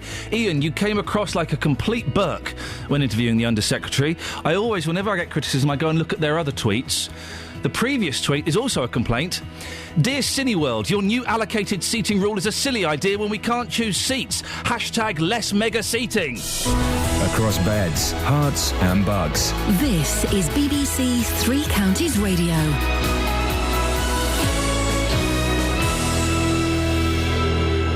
It's 7:30. I'm Simon Oxley. More than 1 million public sector workers are expected to strike today as part of a dispute with the government about pay, pensions and spending cuts. 7 people have been arrested in connection with suspected phone scams in Bedfordshire, Hertfordshire and the Thames Valley. An investigation will take place this morning into a fire at a flat in Hatfield during the night. Fire crews were called to Brakes Road just before 1:30 this morning. And Luton Driving Test Centre has been revealed as having one of the worst pass rates in the country. Just 37% of people passed their test last year. That's 10% below the national average. Three Counties Sports. BBC Three Counties Radio. Argentina are through to the World Cup final after beating Holland 4-2 on penalties. The sides were locked at 0-0 after extra time. Argentina will face Germany in Sunday's final. Ron Vlaar and Wesley Sneijder failed to convert their spot kicks. Netherlands coach Louis van Gaal says 2 of his players refused to take the first penalty, so Vlaar stepped up. The coach asked me. Van Persie is usually the first take. He takes the first one, but he was substituted, so he asked me. And so, yeah, I said yes, I felt good. But, you know, if you take one, you have to score, and it didn't happen. Arsenal are close to completing the signing of Barcelona and Chile forward Alexis Sanchez for £30 million.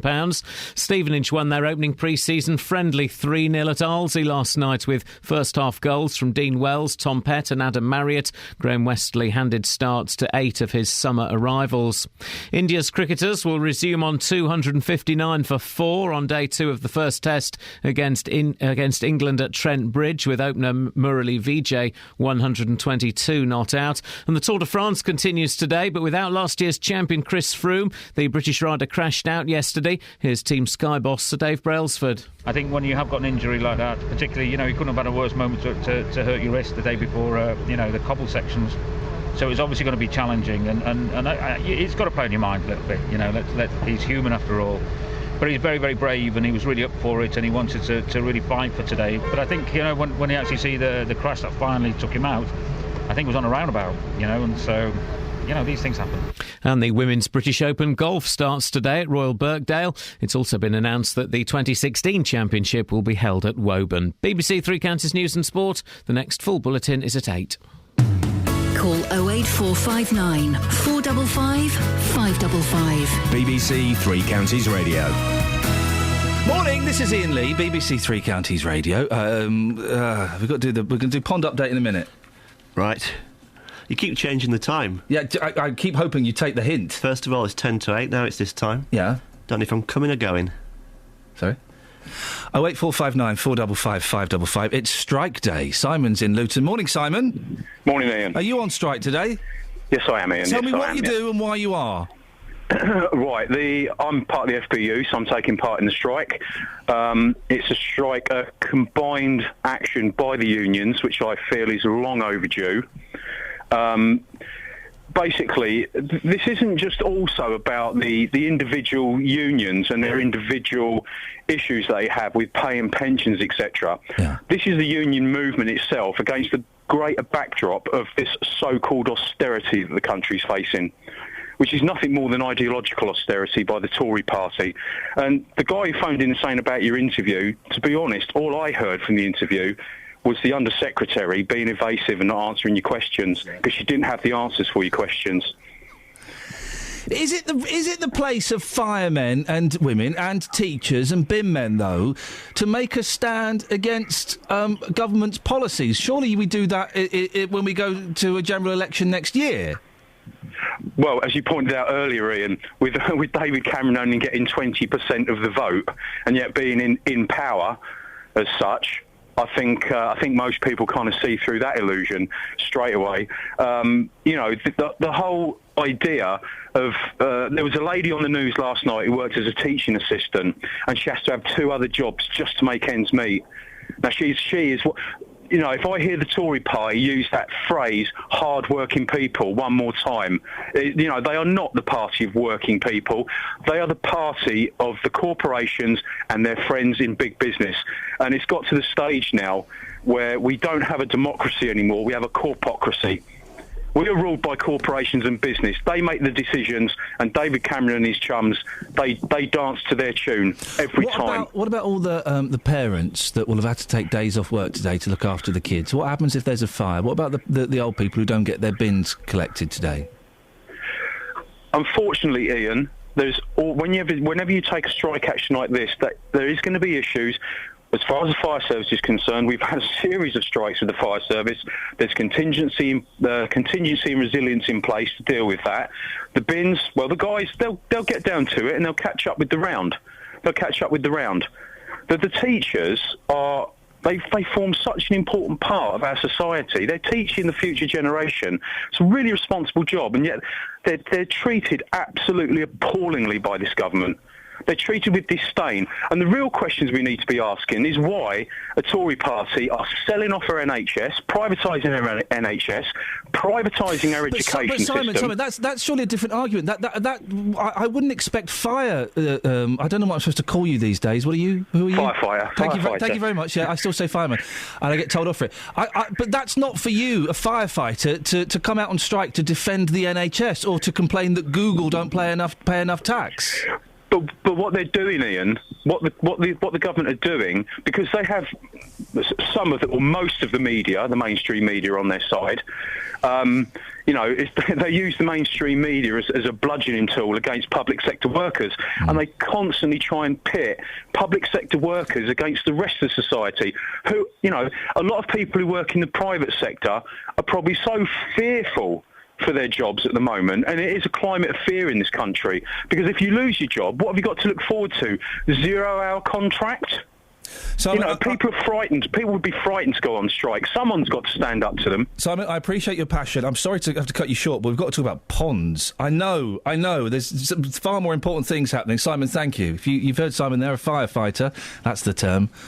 Very passionate about strike action. 08459 455 555. Do you agree with him, or do you think that him and his colleagues are being selfish? It is embarrassing, Matt, that we've we're talking to a firefighter who's withdrawing his labour because of changes to his pension and his job, and he's in support of all his comrades and his colleagues. I've had to cut him short to talk about your flipping Watford pond. I know it's a big story, but there's also another big story, and this concerns Watford and the new pond. We were promised a pond we could be proud of. You've got a pond? We've got a pond, but we promised one we could be proud of. The pond was officially opened by retail guru Mary Portas. You've been very upset about it. I have. Well, what? Just quickly go through the things that have upset you. Well, the water turned green shortly after its opening. The pond had to be emptied and then refilled. Yeah. An owner let his dog urinate next to me. There was bread on the decking. There was bread on the decking. And there was also concerns that a drunken yob could ride the giant heron. Now, I've been speaking to people this week about this giant heron, and they can't see the point of it.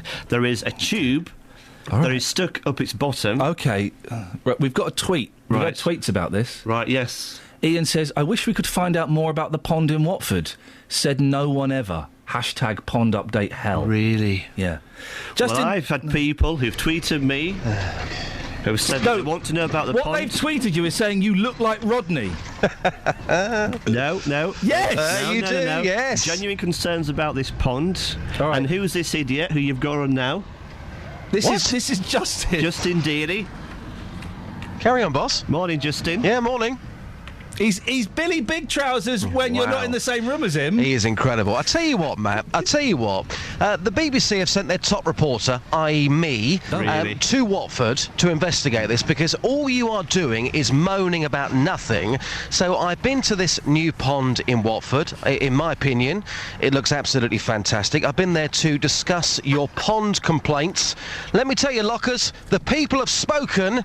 Here's what they had to say. To be honest, I'm not going to lie, I never heard of this fella, but if he's complaining about this, he needs to do one. Like, that's fine, I ain't got a problem with that. Honestly, did you see what it was before? Horrible, wasn't it? Yeah. You're telling me that's not better? Did you see it before? It was all green and horrible. Yeah. Yeah. But now it's good. It looks a lot better, a lot cleaner, a lot more friendly to the people as well. Do you think he's a muppet? A little bit, yeah. Thank you very much. No worries, see that. Morning, sir. We're from the BBC. What's your name? Mr. Harris. Lovely to meet you, Mr. Harris. Lovely outfit today. Mr. Harris, we're talking about the pond over there. Matthew Lockwood not happy about it. You seem to be quite happy with that pond. It's only when they come out of the clubs that they might fall in at the drunks. But on the whole, you're happy with the appearance? Yeah, they've done a good job, yeah. I mean, well, it's worth it. I mean, they say this is the opportunity. Yeah, so that's your only complaint, the scumbags could fall in there. Yeah. But on the whole, anybody moaning about this pond needs to get a life. Yes, they do, yeah. Well, there's nothing wrong with it. I mean, I think it's a grand job. It's better than what they did before, and I enjoy it. Matthew Lockwood is back in our studios in Luton right now. What's your message to Matthew Lockwood? Get a life, man. Is he a pathetic human being? Yes, yeah, I think so, yeah. Do you think he should be kicked out of the town? Yes. And lastly, do you think he needs to get his hair cut? Yes. Madam, we're here today in Watford to get some feedback on this pond. Somebody thinks it looks disgusting. How would you rate this pond? I think it looks fantastic. Yeah, this place, nice. Very good. It's beautiful, doesn't it? Yeah, it's beautiful. Justin? Boss, I think the people have spoken, and I think, to be quite honest with you, I think we can now officially leave this story, can't we? The people have not spoken, Justin. You've gone down to my town. You've pick people who are very one-sided. Nope. Yes, you've put words into their mouth. You call that journalism. I call that the gutter press. Right. You've stitched me right up. So how many people have you got then? And you've commented on my appearance. How many people have you got? You've commented on my appearance. How many people have you got? I'm getting my lawyers onto you. How many people have you got? Answer the question. Well, I've got Francis. Oh, one person. She saw the pond for the first time this week. She thought it was horrible. Play that audio now. I'm not impressed. Why are you not impressed? Because I was perfectly happy with the pond that we had before, with the ducks and the terrapins and everything about it. And it took so long. Why did it take so long? Over a year? The water looks green. And we haven't got any ducks. Maybe they'll come back. And there's no fish. And that thing... What are you referring to? The giant heron? The giant heron, well... I give it 2 months before some evening idiot knocks it over. There are concerns that people might ride the giant heron. Are you concerned about that? Yes, wouldn't surprise me. I mean, I don't know if yet they've put any washing up liquid into this. They probably will do, and it'll all foam up. That they made a little pond where McDonald's are down the road there. It lasted, I think, 3 months before they paved it in and put seats in it. And that was the end of that. And this, they'll just mess it up on a Friday or Saturday night. There's also concerns that the ducks, when they return, apparently they have returned at some point. I don't know, somebody has seen some ducks, that the dogs might go into the pond and savage the ducks. Well, that wouldn't surprise me. They've got steps down. It's perfectly OK for them. I mean, you know, yes, why not? Yeah, if you get a certain kind of dogs that are, you know, after that sort of... Yes, I mean, they're giving them steps down. So that's to encourage people to go and paddle in it. Yeah, paddle in the pond. OK, she's obviously very passionate. She's very passionate, and she makes some very valid points. And my audio just in is based on fact-checking and real people. Real people. All right, boys. You lined those people up, Justin, to make a show of me. In actual fact, I went out with work experience yesterday, Ian, and obviously when I'm out with work experience people, I am on my absolute best behaviour. So next. Yeah. OK. All right, Justin. We haven't finished this yet. Justin, wait, Lockwood. Justin, thank you very, very much indeed. Now, last week, this is a serious matter now. You interviewed Mayor Dorothy Thornhill about the pond. She promised to tell us how much the pond cost. Yes, she did. Her office called me on Tuesday. She's a woman of her word, yep. Got a figure from the council. Now, the total cost of this project is £717,000. That's for Watford Pond. Now, that includes the removal of the old pond and the design and installation of the new one. The money, I'm told, came from cash from the council had to spend on infrastructure. Yep. So no council tax or government grants were spent on it. So that's why they told me this figure, because they said no council money had been spent on it. But it's still a lot of money to spend on a pond that we were promised would be spectacular, and what we have is something that looks rather functional. And people want this giant heron to do something. I mean, I thought some water would gush out of its beak. Some guy said to me this week, what does it do? Does it light up? Does it do something? No, it just stands there. Matt, what's the function of a pond? The function of the pond is for people to enjoy the pond. Because it's ornamental, Matt. Look. You're ornamental, Matt. Look. The bridge is very functional. Why spend all this money? It's a bridge. Bridges are functional. So the bridge works. That's your complaint. I tell you what. I have many complaints. Time out. You know the complaints. Time out. We do. Time out. You starting to sound a little bit like the Rain Man. Time out. Catherine. I know the BBC poo-pooed these a while ago. What's the BBC policy on phone and text votes these days? We're not allowed to offer prizes. OK, well... And the Friends of Watford Pond, they've got a poll on their website. Shut up. We can do a no prizes just for fun, surely. Yeah, because I've had enough of this. I can tell Delia has. I know that you two think this is hilarious. No, that we let I swear this anything on me as well now. Can we have a vote? The next 15 minutes of the show, 08459 455 555. Your career is in the balance. Do we keep Pond Life or do we get rid? Do we pop it off? Do we keep it? And this is... bosses, come on, squares, pull your finger out your backsides. We're having a phone vote, all right? Who cares? Get Tony... Who cares if Tony Hall... he doesn't even know who we are. Doesn't even know this station exists. He sent me an email. Oh, what? Yeah. Oh, he sent me that email as well. Oh. I've only just found out he sends them to everyone at the BBC. I felt really special. 08459 455 555. Do we keep Pond Life or do we ditch it? Whose stomach was that? That was my stomach. Travel news for beds, cards and bugs. BBC Three Counties Radio. Queuing at the moment on the Great North Road, just approaching the Black Cat roundabout and the roadworks that are taking place there. Heavy moving on the A1M heading southbound between Junction 8 for Stevenage North and Junction 7 for Stevenage South. The M1 Luton Spur looking rather slow in both directions between Junction 10A for the Kidneywood roundabout and Junction 10 for Luton Airport. The M25 very slow moving on the speed sensors between Junction 21A for St Albans and Junction 20 at Kings Langley. And taking a look at the M40, that's looking heavy on camera heading northbound between the Denham roundabout and just coming off towards the M25. No reported problems on the trains. Nicola Richards, BBC Three Counties Radio. Nicola, thank you very much. It's happening. I'm reintroducing the phone vote to the BBC. 08459 455 555. Do we keep Pond Life or do we ditch it? No call so far, Matt. Early days. Yeah, early days indeed. It's 7:47. It's Thursday, the 10th of July. I'm Iain Lee. These are your headlines on BBC Three Counties Radio. Around 1 million public sector workers are expected to strike today over pay, pensions and working conditions.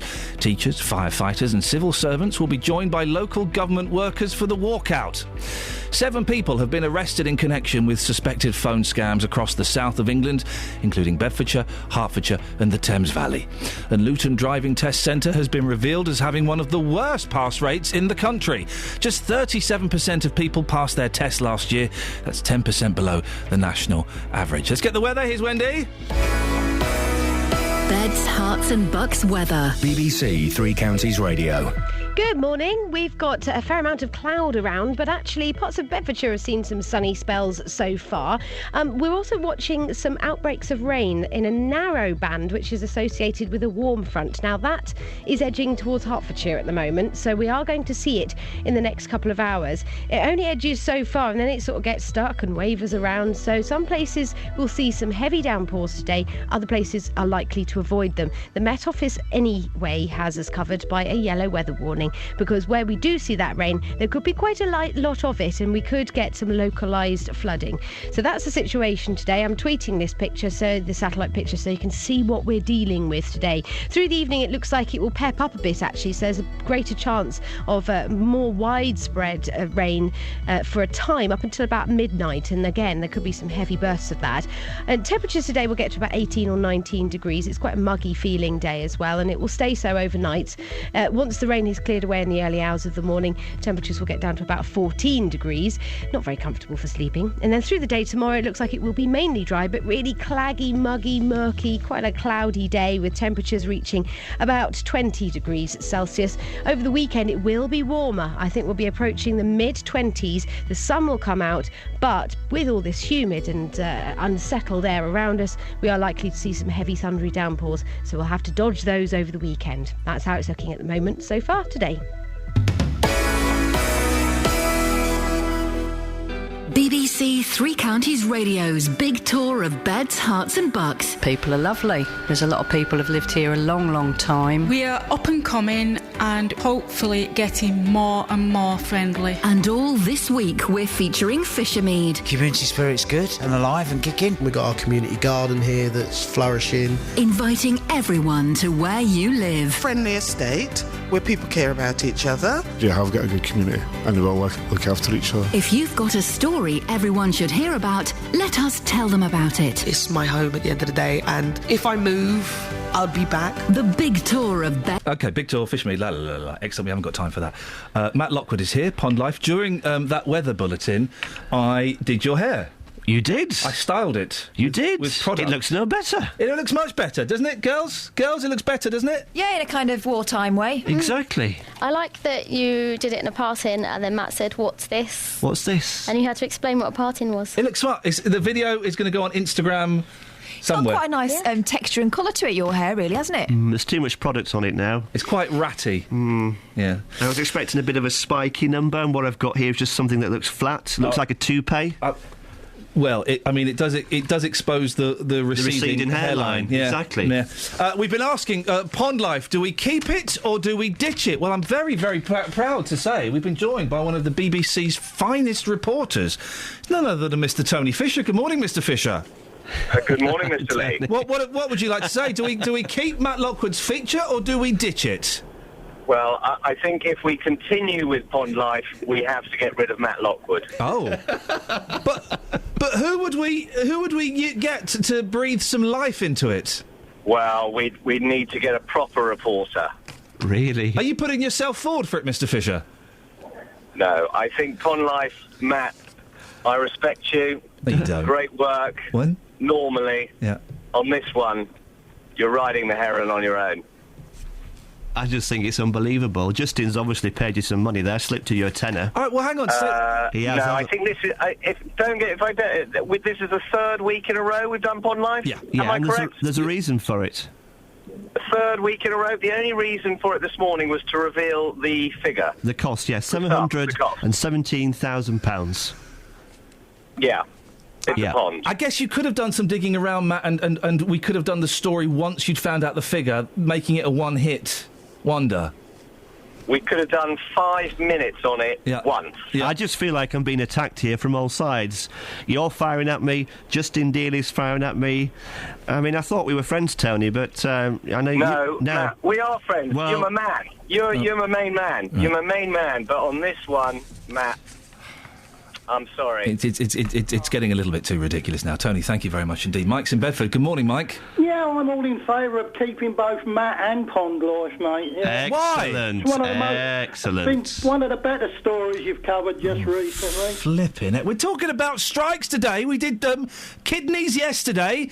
We did some... We did the thing about an incinerator the other day as well. We're doing good stories here, Mike. Oh, yeah? Oh, blimey. Do you genuinely think that this is the best story we've done in ages? Yeah, well, I think it's certainly one of the better ones, yeah. I mean, Matt's bringing something to the programme that the rest of you don't. You Absolutely. Know? Intelligence, you know. What? Matt's bringing intelligence to the programme, you know. I fully support him. I think we should have a half hour of Matt every day. Mike, thank you very much indeed. You're obviously a lunatic. Can we alert the authorities that in Bedford there's a madman running around with a telephone? He sounds like a very reasonable chap. Thank you, Mike. Out. I love you, Mike. Get out. No, because I should stay on the air now. No, don't stay on the air. Actually get out, because I've got someone I want to speak to now. Right, about strikes. Is it about strikes? It's about kidneys. Really? Yeah. We're not doing kidneys today. No, I know. Right, we'll carry on this phone vote. So far it's one each. And we should technically have to discount Tony Fisher because he's a work colleague, but we won't. We'll keep that in the tally. 08459 455 555. Do we keep Pond Life or do we get rid of it? Peter? Peter? Peter? Hello. Oh, you're there, Peter? Yes, indeed. Now, I know you've called in about strikes, is that right? Yes, indeed. Before you do that, as I send Matt on his merry way to make us a decent cup of coffee, do we keep Pond... You're right. Yeah. It sounds like you're having a whitey. I don't know if it's your line's right. No, it's your... I don't know if your lungs are right. No, I'm fine. OK. Do we keep Pond Life or do we ditch it? We've got a great deal of Pond Life, that's for sure. Yeah, no, but the feature with Matt Lockwood, the charming bumbling northerner, Matt Lockwood, where he talks about Watford Pond every week, do we keep it or do we get rid of it? Well, I mean, it's of interest to some people, so you should certainly discuss it. I don't know about every week. We are discussing it, Peter, and I'm asking you for your opinion. Well, as far as I'm concerned, I can take it or leave it, I'm afraid. Good, that's, is it two... No, that doesn't count. Liz? Oh, Liz! Yes! Right, do we keep it or get rid of it? Keep it. Why? Because I love Matt. Oh, flipping it. Brilliant, this is excellent. This is not going the way I was expecting it to go. Liz in Enfield, that's a new listener. Is that a new listener? Not a new listener. No, you've been on the programme before? I've not been on the programme, but I've been listening for... Are you a long-time listener, first-time caller? Yes. There we go. There we go. We've got a new caller. Some new life into this programme. It's been going down since they won the Academy Award, isn't it? What? I hate to say... Liz, thanks a lot for nothing, love. That's OK, anytime. Bye-bye. Well, Matt... Pond Life, part 4 next week. I'll see you next week. See you next week. Are you going to come down to the pond with me? Have a dip in it? I'm not going to dip in the pond. Come down with me. I will come down to the pond. Have a beer. I'm going to the pond. All right, bye-bye. I'll speak to Peter about something very serious now. We've got to keep that, Peter. You could have swung the vote the other way. No. I don't really want to get involved in that. Yeah, socialist. Go on, what do you reckon about the strike? I reckon for sure, because it was a democratic vote, which was brought in, by the way, it was brought in by the Conservative Party because they wanted postal voting. Yes. Which reduced the union vote because people voting within the offices or wherever they work, the factories, there was a higher vote. Now, because that was a democratic vote, I'm in favour of the strike. It's got to be, because the people who voted wanted the strike. Now, if you're talking about people striking because of pay, and no one will help them when they're forced to move out of areas because their pay is too low to be able to live there, no one will help them. So they've got to, the only way through it, really, is to stick up for themselves. I mean, it's common sense what I'm talking, really. But what about the parents of the kids who can't go to school and they have to take the day off work? They lose money. They're being penalised. You can't blame the victim. But you can blame the people who are causing... The side effects of a strike affect other people. Yeah. Now, you can't... The victims, if you like, are the people who have to strike. No, the victims are the people who have to take the day off work so they can look after their kids and lose money. And the victims are also the people who have to strike because their money now is getting too low to be able to live properly. You can't call them victims because they're the people who have chosen to strike. The victims are the innocent people who are affected by that. Well, I mean, you know and I know there's been years of debate on this with the unions and with the people themselves, and they've lost loads of benefits and that sort of thing. And if you're going to remove people from areas where their family lived all their life because they can't afford to live there, then I can't. You can't deny that they've got to do something about it. Peter, thank you very much. Travel news for beds, cards and bugs. BBC Three Counties Radio. Very heavy moving at the moment on the A1M heading southbound between Junction 8 for Stevenage North and Junction 7 at Stevenage South. In Park Street, the A414 is looking very slow moving just around the Park Street roundabout. And the M25 heading anti-clockwise, very heavy between 21A for St Albans and 20 at Kings Langley. So far, no reported problems or delays to the trains. Nicola Richards, BBC Three Counties. Oh, sorry, Nicola, I cut you off a little bit short. I do apologise. So the strike, are you for or against? Do you agree? Maybe you're one of the parents who has had to take the day off work today to look after your kids. Give us a call and we'll speak after the news with Simon. Local and vocal across beds, hearts and bucks. This is BBC Three Counties Radio.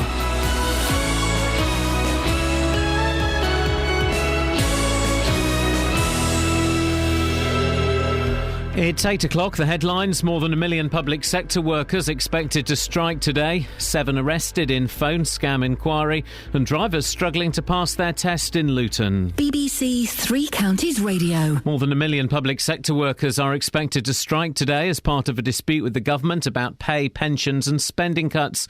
Teachers, firefighters and civil servants will be joined in the 24-hour walkout by local government workers, including refuse collectors, dinner ladies and librarians. Megan Dobney is Regional Secretary for the TUC and will be taking part in a march in Luton. We're going to have a small march from the Manor Park into town, and then we'll have a short rally, some speeches from various people, and then I dare say people will go back to their picket lines. A lot of workers will be gathering around the town hall in their workplaces early on. The fire services in Luton will be coming out at some point this morning. School closures in this region include 16 in Bedford, 8 in Luton and 6 in Milton Keynes. But Education Minister Elizabeth Truss told this programme that striking teachers were wrong. I think it's a huge inconvenience to parents. I think it's potentially damaging to children's education. And I think there's a very low mandate for this strike. The NUT only had a poll 2 years ago on this strike, and they've used it to justify a series of industrial actions over that time. 7 people have been arrested in connection with suspected phone scams across the south of England, including Bedfordshire, Hertfordshire and the Thames Valley. It follows an investigation by the Hertfordshire-based Phone Scam Task Force. Those arrested are aged between 18 and 23 and were detained early yesterday morning in North London. Emergency legislation will be introduced in the Commons next week to force phone and internet companies to continue logging records of their customers' phone calls, texts and internet use. The coalition parties and Labour have agreed the measures in response to a recent European court ruling. Luton Driving Test Centre has been revealed as having one of the worst pass rates in the country. Just 37% of people passed their test last year. That's 10% below the national average. Les Stonnell is a driving instructor from the Luton and District Driving Schools Association. There is a language barrier sometimes. You do get quite a few people go down there who cannot speak the language or speak English. But then again, quite often they have an interpreter with them as well. But if we go back to what I said at the start, if they go prepared properly for it and they do the practice for it, then they will pass. An investigation will take place this morning into a fire at a flat in Hatfield during the night. Fire crews were called to Brakes Road just before 1:30 this morning. There are no reports of any injuries. The Vice-Chancellor of the Open University in Milton Keynes is to stand down at the end of the year. Martin Bean is returning to his native Australia. The process to select a new Vice-Chancellor will begin immediately. In sport, Argentina are through to the World Cup final after beating Holland 4-2 on penalties. The sides were locked at 0-0 after extra time. Argentina will face Germany in Sunday's final. The weather cloudy with patchy rain, which could be heavy at times. A maximum temperature 22 degrees Celsius. And you can get the latest news and sport online at bbc.co.uk/3 counties. BBC Three Counties Radio's big tour of beds, hearts and bucks. It's a great community. A lot of green spaces for kids to play. And all this week we're featuring Fishermead. I like it when I see people looking after it, see them develop in the parks for the little uns. It's all about where you live. I've lived in Fishermead since '79. Yeah, the community spirit's good and alive and kicking. There's a lot of good people here. The big tour of beds, hearts and bucks. BBC Three Counties Radio.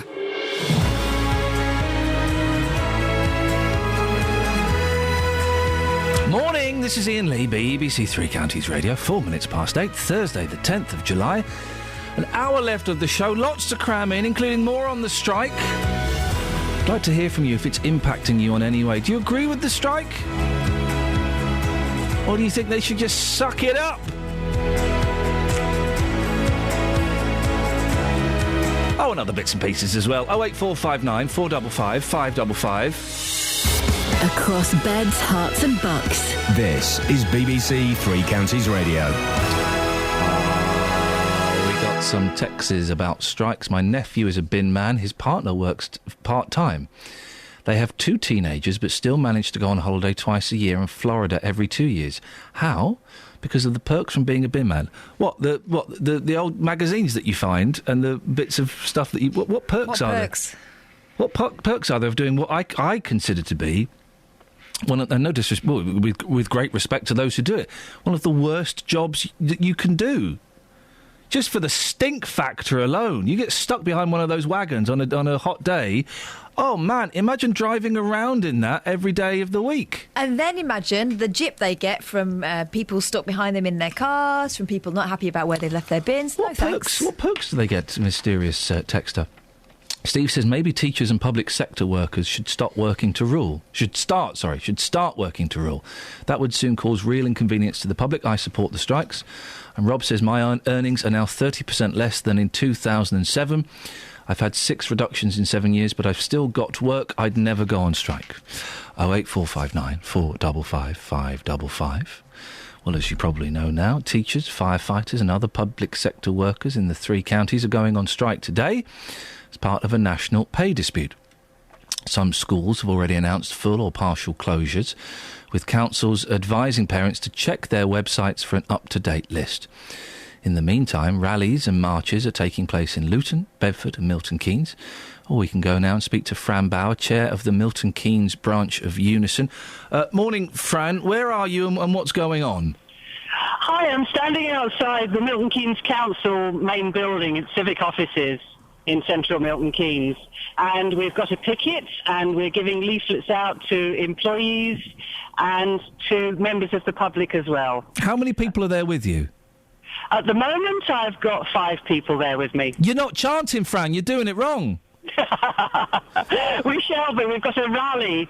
12:30 to 1:30, we shall have a rally. And if anybody would like to come and support us and wave some flags and make a noise and generally show their support for public services, we'd be so pleased. We've had quite a lot of support already this morning, but that's the time to come, please. Why are you on strike? What's your beef? Well, we've been trying for some time to get employers, the national employers, NJC employers, to listen to us. But we've had a 3-year pay freeze. To give you the numbers, we had a 3-year pay freeze and in real terms a pay cut last year. And then our employers have made us a 1% pay offer this year. And the cost of living is increasing by 2.5%, so really that amounts to another pay cut. And overall, our wages are worth about 20% less than they were in 2010. But isn't that the same for a lot of people? People in and out of the public sector are all facing pay cuts, pay freezes, increases that are not in line with the rate of inflation. I think that is true for a lot of people, but that doesn't make it right. And in this country, there has been a real ideological dismantling of public services and a lack of funding for public services. And this isn't just about what the council wants to pay to us. This is about the way the government funds the central government funds local government, and the lack of funding that local government has. So they can't pay us a lot more. We think they could pay us a bit more, but they couldn't pay us a lot more because of what central government does. So it's about that, this dismantling of public services, this lack of respect for public services. I have a dream that one day somebody will turn around and say, you know what would be a good idea? We'll have local services, really important services that deal with stuff for the people who can't look after themselves, to make sure people are sheltered and they can get around and our children are properly taught in schools. We'll have all these services and we'll have them decided on by local people, representatives of local people, democratically elected, and then we will fund that properly. This is my dream. My nightmare is that this will happen too late, and by that time, the whole thing will have fallen apart. It will have been peeled off bit by bit by people who want to run the services for profit and not for people. Fran, you old socialist, you know that's never going to happen. Yes, it might be a nice idea. We can stop it happening. It's not just a nice idea, it is essential. And the only way we can stop it happening is to stop it soon. If we don't stop it soon, it will be too late. And I said, hey, someday somebody's going to turn around and have this bright idea. Let's have local services. Let's have local services decided on by local people. What's a strike going to achieve, Fran, apart from annoying people? What it's going to achieve is bringing this whole thing into the public gaze. And I don't think people are frightened enough about public services. I really don't. People are not thinking about it. They're thinking it's somebody else's problem. But these services are services that every one of us use, from the cradle to the grave. I'm trying to work out from the phone calls and the texts we've had this morning what the kind of public split is. I'm guessing, Catherine, and you've seen more of the text than me, I would say it's about 60-40 in favour. Yeah. Does that sound about right? That's about right. That's a non-scientific analysis. Are you getting lots of support there, Fran? We are, yeah, we are. And I just had another couple of unions turn up, and some people who are not actually striking, just standing around and chatting to the pickets and showing solidarity. And Fran, you need to get a chant going, otherwise it doesn't count. Do you think we should get a chant going? Can we get a chant going for the radio, please? Here we go. Let's see how. More money. Can we have a chant going, please? We need more money, will do. Yeah, tell me about it. We need more money. We need more money. Frank, you can't just chant we need more money. You need to... Right, listen, go away, write a decent chant, otherwise you're on your own. Fran, listen, thank you very much for that. Nice talking to you. Thank you for being a good sport. Thank you very much indeed. That's Fran Bow, chair of the Milton Keynes branch of Unison. I would say it's about 60-40, kind of in favour of the strike. Yeah, it's probably because of the lack of chanting. There's lack of chanting.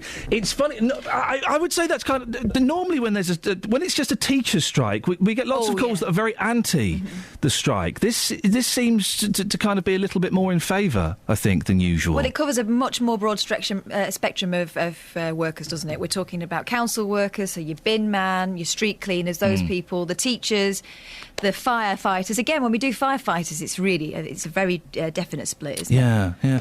Justin Dealey's out and about. Justin, where are you? Good morning, boss. I'm live in Luton on Portland Court, Luton Borough Council Central Depot. According to the unions here, 85% of people haven't turned up for work this morning. We spoke to a refuge collector earlier on. We might ask him in a second about the perks of his job, according to somebody who texted your programme, which was very interesting. But I have been getting people people's reaction. I believe you've got some audio to come here. Do they have any sympathy for the workers? From the people that I've been talking to, it's completely split. Ian, here's what people have had to say this morning. Well, Tom, you just walked past one of the picket lines here. You can see the people on strike. Have you got sympathy for these workers? Yeah. I mean, like I say, the bills are going up every year. Fuel, food prices. You know, everybody could do a bit more money. What about yourself, though? When was the last time you had a pay rise?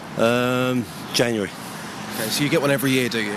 Yeah, hopefully. You never know. I mean, these people are saying they haven't had one for 4 years. They want a 5% increase. That money's got to come from somewhere. Is that too much? Yeah, I mean, I think the average really is probably normally 2.5%, 3%. So it might be a little bit over the odds, but, you know. So you think they deserve more? They've got a point, but not too much more? Not too much, yeah. You know, probably stay in line with most people. You know, I've had no more than 2.5% for the last probably 10 years. So, you know, you take what you can get, really. Well, here's Steve on his way to work this morning. Steve, a few people striking behind us, public sector workers. Have you got any sympathy for these people at all?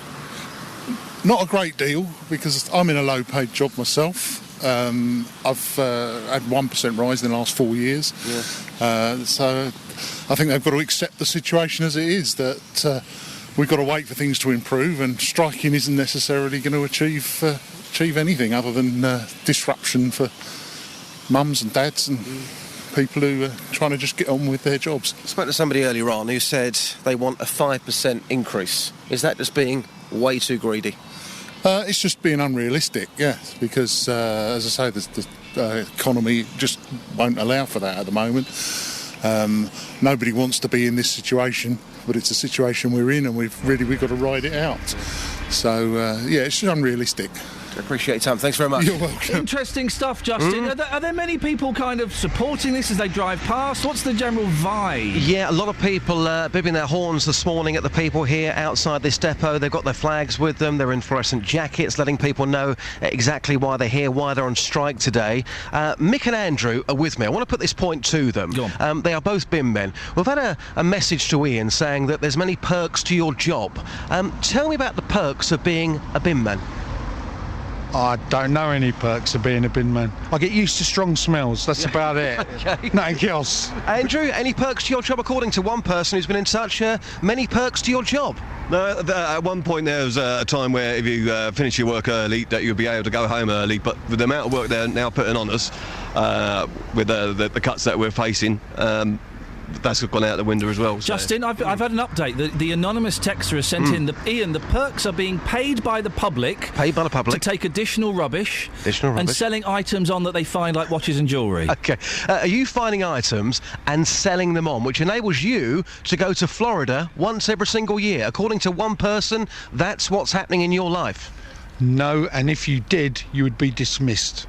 Okay. Everything you pick up belongs to Luton Borough Council. That's not. There's no perk like that. Plus, to be honest with you, you don't want to go through somebody's rubbish to get something anyway. You might find something. What if you find something on the street? What rubbish? It goes in the back of the lorry. Watch, a TV that could be sold on, something like that. Handed in. It's got to be handed in. It's got to be Otherwise handed you could lose your job. You could lose your job, and nothing you would find is worth your job. There you go, boss, getting the facts. Thank you very much. We'll speak later. Very quickly, Dennis is in Hemel. Morning, Dennis. Dennis? Oh, good morning, yeah.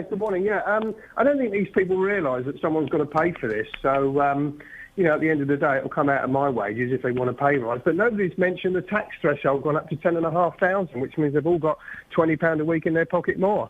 So they've had a pay rise. £20 a week? Is that enough, do you think? Well, I think it is, yeah. I mean, there's a lot of people taking out the tax threshold now.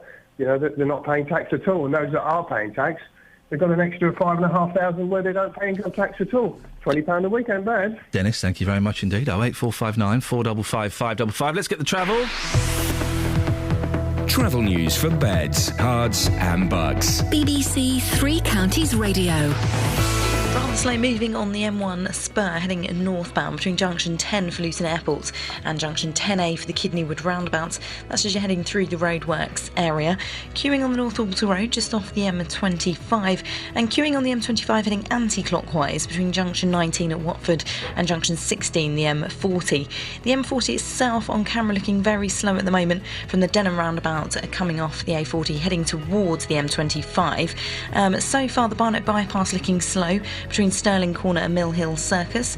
Nicola Richards, BBC Three Counties Radio.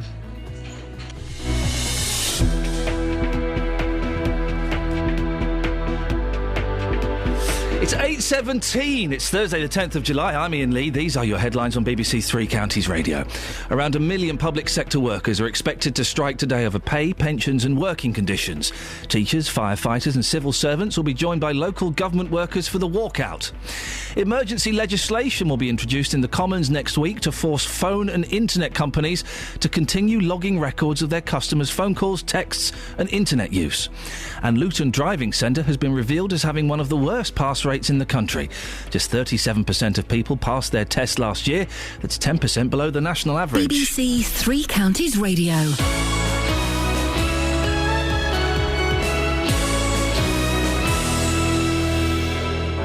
Every weekday from 3. Spend your afternoons talking about beds, hearts and bucks. It's an amazing venue. If you haven't been to Amstel Park, get along. It's absolutely beautiful. Discussing the biggest stories. In terms of our people, we've invested £5 million to recruit new nurses. In the company of friends. Howard Berry, Ian Brown, Amanda Devlin. Amanda, what have you been watching this week? I went to the Happy Days. And debating the week's hottest topics. The biggest problem is actually lack of money, lack of opportunities, poor availability of training. The use of CCTV spy cars to catch people who park illegally is to be banned. Roberto Perroni, weekdays from 3. BBC Three Counties Radio. Ladies and gentlemen, David Prever is in the house. Good morning, how David. are you? Yeah, I'm good. Do you use starch on your shirts? Your shirts are always well pressed. I don't know. Laundry are in charge of this. When you say laundry, is that the missus? Yeah. Oh, for goodness sake! Actually, I ironed this last night myself. Yeah, I've just seen a crease down the front. Yes. Yeah, starch, spray starch is the way forward, man. Actually, do you have to iron, or you just spray it on? You spray it on, and you leave it for a bit, and then you iron it, and it's like old-fashioned shirt. I mean, I don't do it for this kind of rubbish, but if I'm doing a bit of telly or something, or I need starch. Spray starch. What's worrying is I'm quite interested in this. I think I could do half an hour on laundry with you. Yeah, no, honestly. Easily, I could do half an hour on laundry When I discovered right spray starch, it changed my... Because I can never look smart. If I'm wearing a suit, I put a shirt on, could be ironed, within 30 seconds... You look like a rag and bone man. I become that 15-year-old scruffy boy again. It looks awful.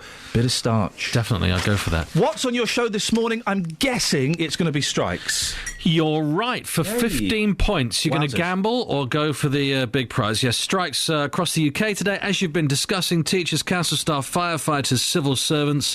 It's the teachers that really gets to people, I think, because, of course, millions of parents are inconvenienced today. Either you take time off work, or you have to pay for childcare, or you bring your kids in. That'll probably happen here today. What are we going to do with them all? These children. Wow, yeah. I've told them that you'll be in charge. No, listen, you'll run the creche. I love kids, as long as I don't like teenagers, but young kids, yeah, definitely. We'll have Ian's some fun. Creche. So I'm asking after... we're going to focus on teachers. Should teachers be allowed to strike? They're striking today on a ballot from 2012, of course. Should teachers be allowed to strike is the big phone in at 9. You can call me on 08459 455 555. Across beds, hearts and bucks. This is Iain Lee. BBC Three Counties Radio. Get a life, man. So this is it, right? This is it. This is the third best phone-in topic I've ever come up with. Hang on. Yes? Sorry? Sorry. Bit of editing going on. So, what's happening is, strikes are on, people bibbing their horns, they're driving past, a little bit of solidarity. Right, like it. Or are they flipping the V's at Justin? Doesn't matter. 08459 455 555. This is brilliant. I'm smiling because I'm excited to say this, and I wish we'd done this at 6. When was the last time you bibbed your horn? Yeah? Yeah, come on. Hey. Yeah? I'll tell you when the last time there are set times I do it. I do it if someone's doing 60 in the middle lane hoggers. Don't like middle lane hoggers, I'll bib them. They can't hear you on the motorway. It doesn't matter. You're wasting your car's voice. The last time I did it, M4, car had pulled over. What's he pulled over for? I wonder if he's broken down. What's that fella Oh, he's having a wee. Bip, bip, bip, bip, bip. I bibbed him for having a wee. Yeah. I think the last time I bibbed was to you. It was a see ya, bip bip. Oh yeah, that was the other day out of the car park. Girls, when was the last time you bibbed your horn? When I drive past my friend's house, I let them know that I'm about, and I went. Genius. But by the way, daytime, though. by the way, if we're breaking the law by this, then obviously we're joking. It's just a device. This is a device. Obviously we don't do this. Lockers, when was the last time you bibbed your horn? And if you say it's about a pond or a heron, I'm going to punch you in the eye. It is about a heron there. Shall I give him a dead arm? No. Yeah. You give me away, Kelly. Sorry, I do flap my arms around. No, I had a car with a horn that didn't work, so everything else worked in the car, but the horn didn't work. So it was on a daily basis. It was very scary. What is a horn? It's a noise. Yeah, I know, but is it a tape recording? Is it like one of those little plastic records you used to get in the back of Action Men? It's pressurised air, isn't it? What? There you go. Like a klaxon. Of course it's not pressurised air. Same principle. How does this work, though? When the car was switched off, the horn worked. When the car was turned on, the horn didn't work. So if you wanted to bib someone, you had to stop the car, take the keys out, bib them, and then just move away. How did that work? That's terrifying. You should have got one of those clown ones. Yeah. What? I tell you, in the 70s... Get out of my way, get out. You'll remember this, Catherine, because you're old. The tune ones? Yeah. They were big on the Britwell estate in Slough. Why, though? That's a Dixie kind of Wasn't thing, that that was the General Lee, wasn't it? Yeah, isn't that about the Dukes of Hazzard? Being a good old Southern boy. Because people thought they were... I bet the Dukes of Hazzard were really racist. Possibly. I bet they were. Those were the times. Just the good old boys. Tell you who definitely was. Yeah. Boss Hogg. Oh, Boss Hogg was a total racist. But I bet his assistant used racist language. What's it called? Stop it, we're doing it. No, don't. I never used to watch Dukes of Hazzard. I wasn't allowed to. It was not Jethro. Cletus. I bet Cletus used racist language, but I bet he'd go out for a drink with a black man if he had to. It was just the time. It was the 70s. It was the Deep South. It was still a very, very backwards attitudes. I bet Daisy wasn't racist. No. OK, so the last time... This is a great phone-in, isn't it? Not the Dukes of Hazzard. I never used to watch it. When was the last time you used your horn? I didn't used to watch it, but I did used to Daisy Duke. fantasise about getting in and out of a car through the window. With those two men? No, just getting in and out of a car through the window, but I was too short. I was very, very small. Daisy Duke, Matt? You can tell Catherine is northern. I mean, only northern people would have those fantasies. What are you saying? Like I smashed the windscreen first to get in, or? Okay. Not true. Right, excellent. Thank you. This is a great phone-in, though, guys, isn't it? What is the phone in again? When was the last time you bibbed your horn? Yeah. And what is a horn? How do horn work? It's not compressed air. Of course it is. Well, where is the air canister? I think it's like a little plastic record that you get in the back of an Action Man. Or maybe it's an MP3 now. Well, why don't you pull a string to make it work, then? Why don't you pull that to make it work? I know what happens when you pull that. 08459 455 555. What is a horn? And when was the last time did you bib yours? That is a brilliant phone-in. Now, on yesterday's programme, we had another brilliant phone-in. 2 brilliant phone-ins in a row. We'll do a rubbish one tomorrow. We talked about organ donation. And I got a tweet from Carpet Martin. We were asking questions that we... and I think this is the way forward, that sound a bit stupid, but genuinely you don't know the answer to. And he wanted to know... why organs don't... When organs are transplanted, OK, they're put in ice. They're wrapped in ice, and then they're driven off to a hospital, and then they get put in, someone who needs them. Well, why don't they stick to the ice or get frostbite when they're being transported? We looked on Wikipedia. They didn't have the answer. So we put some calls in. I'm glad to say I'm joined now by Andy Marmary, who is a physicist from the Royal Institution. Good morning, Andy. Good morning. How you doing? Yeah, I'm humbled to be speaking to someone who's a physicist from... What is the Royal Institution? We're sort of a science communication charity, so we kind of tell people all about science and put on science shows and things like that. So yeah, science communication, basically. I wish I'd paid more attention in physics. My teacher was a bit of a plum, but physics I think is brilliant, but my teacher wasn't very good. Let's get to the question, Andrew. When a liver is transported on ice, why doesn't it stick to the ice? Well, basically, I mean, the reason, for instance, your tongue would stick to an ice cube, say, is that, well, that would only happen when the ice cube or an ice lolly or something comes straight out of the freezer. So it's not just frozen; it's actually much well below zero, so sort of minus 15 or minus 18 degrees or something like that. Yeah. And what that means is that it's cold. It's then cold enough to freeze a layer of your saliva between the ice cube and your tongue, and that kind of acts like a glue, sticking your tongue to the ice cube. And that would happen with an organ, with a liver, if you used ice that was straight out of a freezer.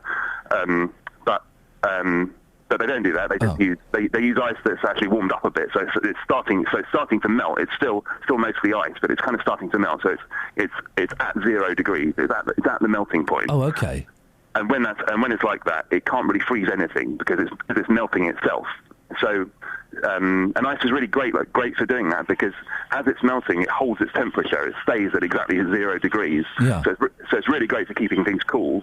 But when it's like that, it isn't cold enough to actually cause anything to freeze. Okay. Well, you've answered. I'm going to throw a curveball at you now, Andrew, which maybe you don't know about. But if you're from the Royal Institution, if you're a physicist, you should know about this. I hope. I heard a thing on the radio this morning that scientists have discovered there's more light in the universe than they were expecting. Have you heard about this? I haven't actually. I haven't heard. Listen, go and research it. There's more light in the universe than scientists can't explain where this light is coming from. Now, is that that's the kind of thing that excites? I heard that on 5 Live, which is normally tedious and tepid, but that kind of perked up my ears. Definitely. Okay. I'm going to look into that. And do you know what a horn is and how it works in a car? I don't actually. I guess. I know, it's another one of those questions. Embarrassing myself. No, you're not. I would guess there's a big speaker there somewhere, that's all. Andrew, you've not embarrassed yourself in the slightest. You've answered the question that we wanted answered. I really appreciate that. We may come to you again in the future for science-related questions. Andy Marmary there, who is a physicist from the Royal Institution, and downright good sport, isn't he? That speaker excuse, though. I don't buy that. He's not a speaker. There's no speaker in the car. Because it would always be the same volume. OK. But then he takes us on to the next point. If there's no speaker, where does it come from? Where does it come from? Because noise comes out of a speaker. If there's not a speaker, and I don't think there is... Out the front. Out of the grill at the front. Yeah. That acts like a Bose. Yes, or another make. Bose are the best, though. Yeah. Really expensive. They use different technology. Actually, Bose. It's a German Bose. word. No, it's which not. means wicked. No, it's not. It's Bose. It means... My boys have started saying wicked. They're going to say wicked man. They'll be calling things crucial next. Very 90s. Well, where is this night? I don't say wicked that much in front of them. I get a slap from my wife if I use language like that. We have to whisper things like mate and man. And now my youngest says... He says something really quietly. I'm saying, what are you saying? I don't know what you're saying. He looks over... What are you saying? What is he saying? Can we watch Hey Monkeys later? He's learnt the secret code. Right, OK. So, talk about strikes. Yeah. More importantly, what is horn? Where does horn come from? And when was the last time you bibbed yours? 08459 455 555. And were the Duke boys racist? Travel news for beds, cards and bugs. BBC Three Counties Radio. The A1M heading southbound, very heavy moving at the moment between Junction 8 for Stevenage North and Junction 7 at Stevenage South. The M1 Spurs looking very slow at the moment on camera between Junction 10 for Luton Airport and Junction 10A for the Kidneywood roundabout as those roadworks are continuing there. The M25 heading anti-clockwise, queuing between Junction 19 at Watford and Junction 16, the M40. On the trains, delays of up to 20 minutes on First Capital Connect services between Luton and St Pancras, and that's due to some electrical supply problems. Nicola Richards, BBC Three Counties Radio. Thank you very much. Across beds, hearts and bugs. This is BBC Three Counties Radio.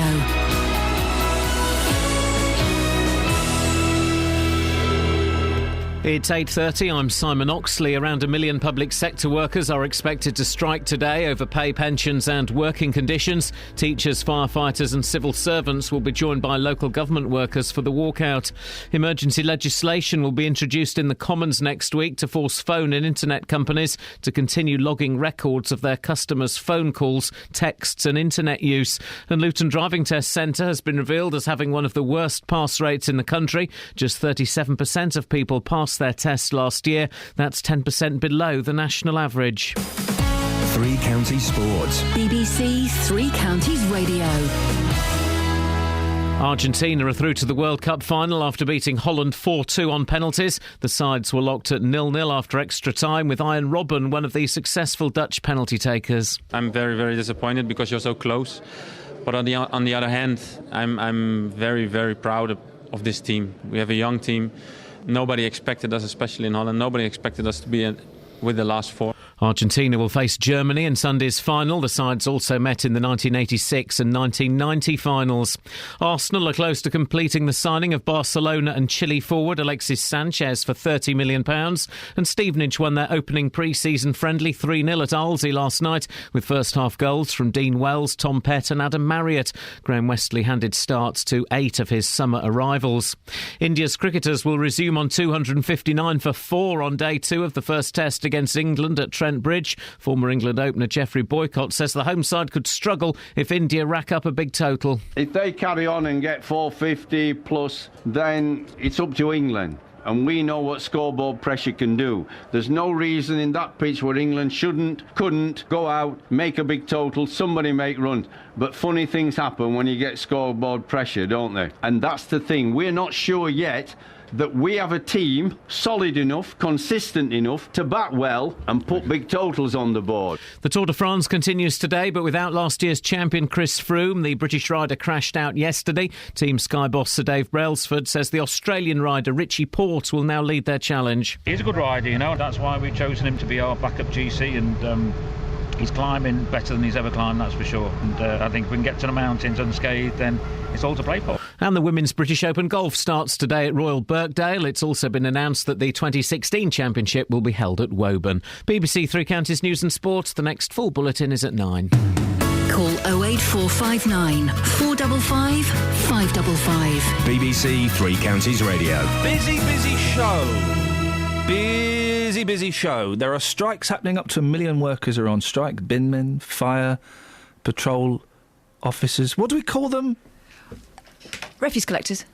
How rude. These people that put out fires and save children, you call them refuse collectors. Oh, you said binmen. I only Yeah, and then I went on to something else because firefighters. Thank you, you weren't listening. Teacher, all these people are on strike. Are you affected by it? Do I still have to listen, or can I stop now? You can stop listening now. Most of the phone calls and texts we've had have kind of been in favour of it, about 60-40. A few of the tweets are a bit anti it. Jamie says, I bet the council come on your show today so they can use it to get support for them striking. And Andy says, talking of pond life... Oh, this is harsh. Talking of pond life... Oh, ouch. Is there a pond life update? No. He's just using it as a clever segue. He's gonna... What are you doing still here, Matt? Just loving your work. Just hanging out. Talking of pond life, I've just seen the strikers outside Hemel Council. Oh, no, don't use my pond or any association with my pond to have a go at the workers who are striking today. They have a point. Andy continues, get a life, lads, and a new job if you don't like it. Hashtag real world. That's awful. That's mean. It's a little bit cruel. Yeah. 08459 455 555 on a slightly... by the way, did you notice my pond? BBC impartiality at its very best there, Matt. In many ways it is his pond because he's paid for it. In many other ways it's not his pond because everyone else paid for it too. Yeah, I know exactly where I'd like to shove that pond. Simon Cowell went for a colonic recently. It's in the papers. That's what I was looking at on page 3. Yeah, he went for a colonic. He went into the wrong place. He went into a foot spa. He said, is this where I come for the colonic? And they said, no, it's a foot spa. He went, oh, sorry. That made it into the papers. Is that true? Is that a joke? No, it's a true story. Did they make any joke about his trousers being a bit lower afterwards? Or probably not. They should have. Why would you have a... That's why they put a tube up your anus and pour water through a little funnel, and you get a kettle... and you pour water through, and you fill up the kettle again, and you just pour it through. Yeah, I can do that. I know. It's a bit like a sump pump, isn't it? A sump pump. It's do you then have to do like when you're stealing petrol from someone's car? I don't think they start it off now. You have to do that to pour it out. I don't know, but maybe someone listening might. Matt, would you have a colonic? No, I don't need a colonic. Well, for the radio, is a feature. Oh, right. You will never guess it has been done on this radio station. Oh, no, of course it has. It's predictable. Guess who had it done? Roberto Perrone. No. Nick Coffer. No. JVS. No. Justin Dealey. No. You? No. No, I know who did it. I had it done. Who? Tim. Oh, dear. Tim's bum. Yeah. Tim's always getting his bits out. Tim works in the JVS Tim's not show. shy. Tim's not shy. He has quite a nice body, doesn't he, Tim? Right, let's go to Steve. Morning, Steve. Hi, Ian. How the devil are you? Steve, up and down. What you got for me? I believe there's a query about why ice doesn't stick to livers. Yes, we just spoke to a physicist. Can you better his point? Oh, gosh, I didn't actually capture that. I was giving someone a lift. I mean, it's really down to the temperature of the ice and the moisture that's on the object that you're touching. Do you know what? You're absolutely... You tally in. You have backed up our physicist. It turns out he was real, not a charlatan. How do you know this, Steve? Kind of do mechanics research. Like I say, I'm head of mechanical engineering for a design consultancy, so you've normally got to know these kind of things. Oh, it's you, Steve. I do apologise. That's okay. Steve the genius. Well, OK. That's very kind of you to say. No, listen, we were... For those who don't know, Steve phoned up yesterday, and I think I've got this accurate. You single-handedly invented a machine that's saving lives. That wasn't quite the way I put it. I was in the room when it was designed, so I'm claiming credit for it. You should claim credit. No, listen, we were genuinely we were going... After the show, Steve, this is absolutely true, Kath came in and she went, oh, he was dead... We got dead clever listeners, haven't we? Yeah, it's my influence, I think. And no. And we were all dancing around that people were listening to this nonsense. OK, Steve, I'm going to put you on the spot. OK? If you think you're so clever... What is horn? Where does the noise come from? In the car? In the car? Yeah, when you bib the horn.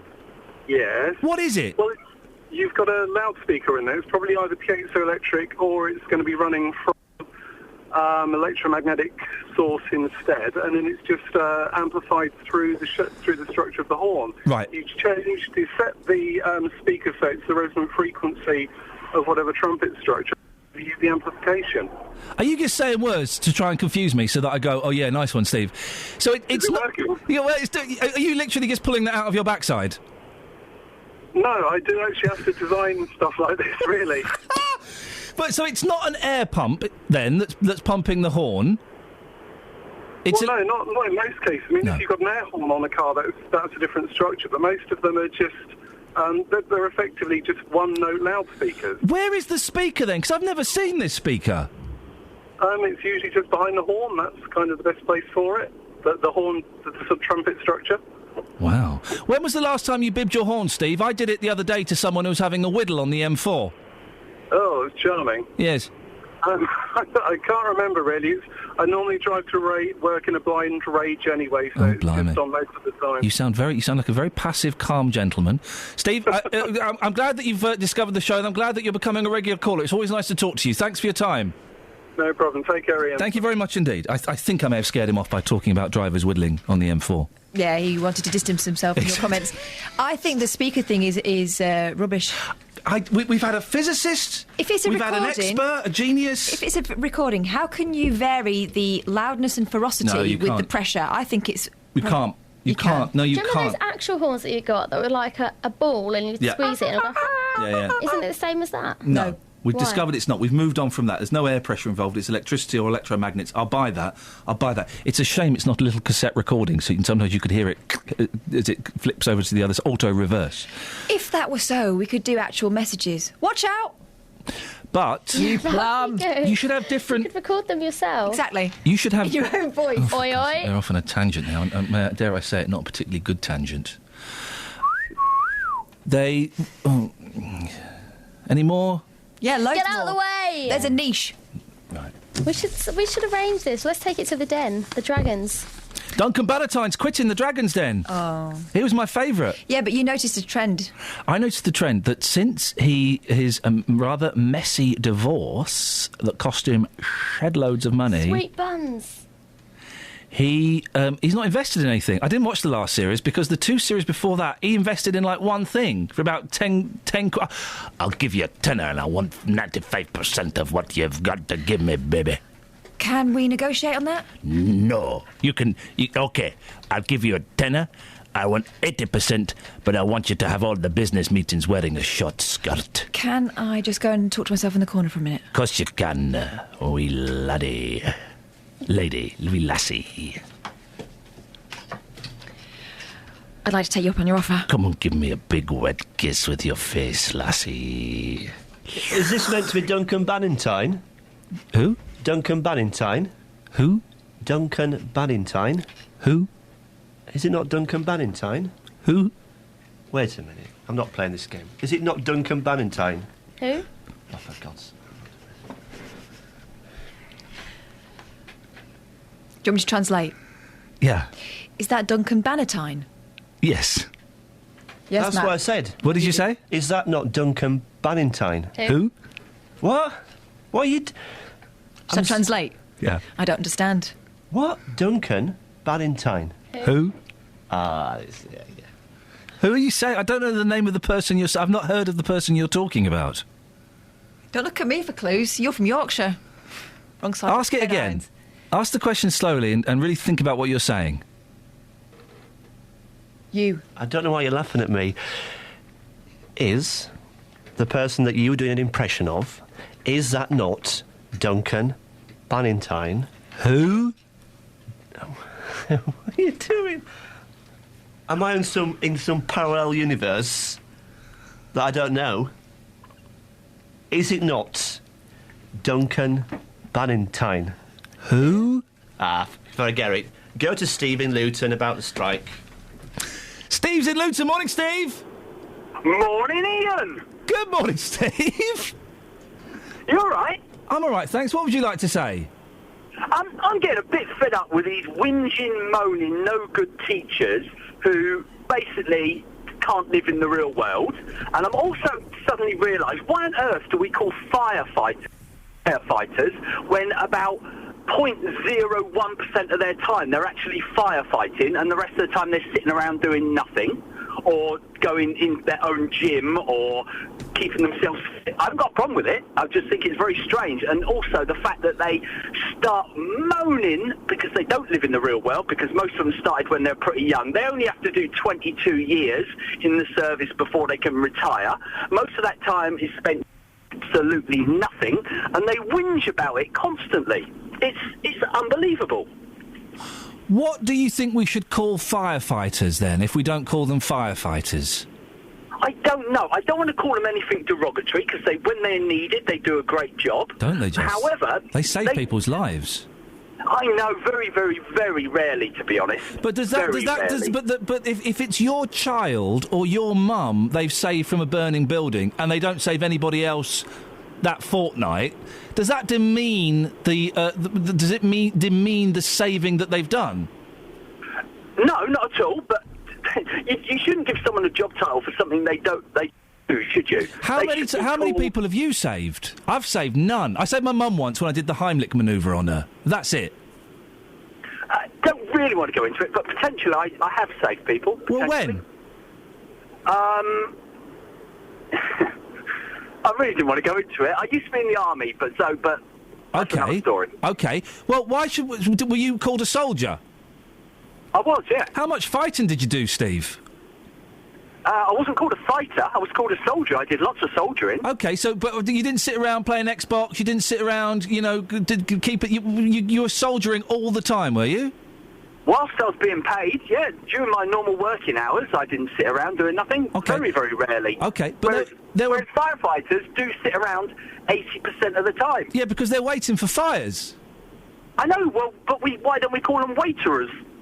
Or something, do you know what I mean? I'm not trying to get derogatory, as I say, but the fact is they don't do firefighting, but they will, the minute anyone moans about firemen, they go, oh yeah, they save lives, what about fires? But they don't do that much of the time. Which is great. Are you saying you want more fires?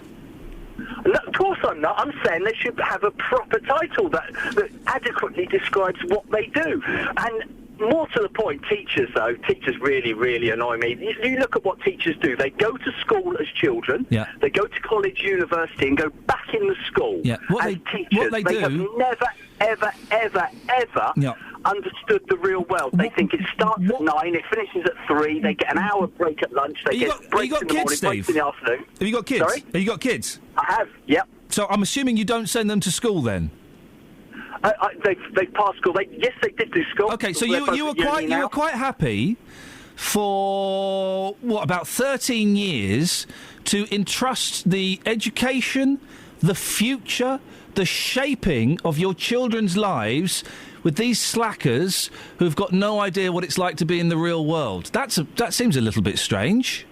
Yeah, the government said they had to be educated. No, not at school. It's not at school. Good. There are other ways around it. No, there is. I'm technically not capable of teaching them. I don't think. I wouldn't make a good teacher. So they have got a skill that you haven't got. Stop whinging about it. They've got to stop whinging. To be honest with you, I think that the schooling in our country, unless you go private, is very poor. I do believe that. Steve, listen, I could talk to you all morning, but I've got to go to the Travel. I'm a bit late. Thank you. What do we call firefighters? And if teachers are such slackers with no concept of the real world, then why do we all pretty much entrust our children with these slackers who don't understand the real world? Would you really hand over responsibility of your children for 5, 6, 7 hours a day to people who haven't got a clue? Travel news for beds, cards and bugs. BBC Three Counties Radio. The A1M heading southbound, very heavy moving at the moment between Junction 8 for Stevenage North and Junction 7 at Stevenage South. The M1 spur heading northbound, rather slow moving between Junction 10 at Luton Airport and Junction 10A for the Kidneywood roundabout. Queuing at the moment on the North Orbital Road just at Junction 21A for the M25. The M25 itself is queuing heading anti-clockwise between Junction 19 at Watford and Junction 16 the M40. And on the trains, delays of up to 20 minutes on First Capital Connect between Luton and St Pancras. That's due to some electrical supply problems. Nicola Richards, BBC Three Counties Radio. Thank you, Nicola. It's 8:48. Around 1 million public sector workers are expected to strike today over pay, pensions and working conditions. Teachers, firefighters and civil servants will be joined by local government workers for the walkout. And here's a story. Not supposed to comment on the news, but this has kind of just been snuck in a little bit. This is huge, isn't it? Emergency legislation will be introduced in the House of Commons next week, which forces phone and internet companies to keep records of their customers' calls, texts and emails. That's huge, isn't it? And that's kind of just been snuck out. Emergency legislation will force phone and internet companies to keep records of their customers' calls, texts and emails. I find that a little bit puzzling and a little bit concerning. Don't you? Let's get the weather. Beds, hearts and bucks weather. BBC Three Counties Radio. Yeah, weather's both puzzling and concerning today because it's all coming from the east, which is unusual in the first instance, and we don't really know exactly what it's going to do. We've basically got a warm front, and it has, at the moment, clouded over some parts of Hertfordshire, some parts of Bedfordshire, but as you go further west, actually, there's still some sunshine to be had out of the morning, but it's all slowly drifting this way, westwards. It's also coming with some outbreaks of quite heavy-looking rain on the radar picture. It may be that we see that throughout this afternoon. It's not moving very fast or very far, and that is why the Met Office has a warning out for some of that heavy rain to cause some localised flooding, a yellow weather warning, because it might park itself in one or two places for a long time and we'll end up with some high rainfall totals. So that's the situation at the moment. I've been tweeting the picture so that you can sort of visualise what I'm talking about. Under the cloudy but drier skies today, we should get to about 18 degrees. And then through the evening, it looks like this rain band will be reinvigorated if it's sort of worn itself out through the afternoon, so there will be at risk of further heavy downpours up until about midnight, I think, and after that it tends to ease back a little bit. Temperatures overnight will be 14 degrees, and that's a little uncomfortable for sleeping. And then through the day tomorrow, eventually the rain will fizzle out altogether, but we will be left with a lot of cloud. It'll be a claggy old day with temperatures in a spot like High Wycombe up to 20 degrees. Warmer than that though for the weekend, because the sun's going to come back out, but because it's so humid and because it's so unsettled, we are likely to be chasing around after some quite heavy thundery downpours as well. That's how it's looking for now.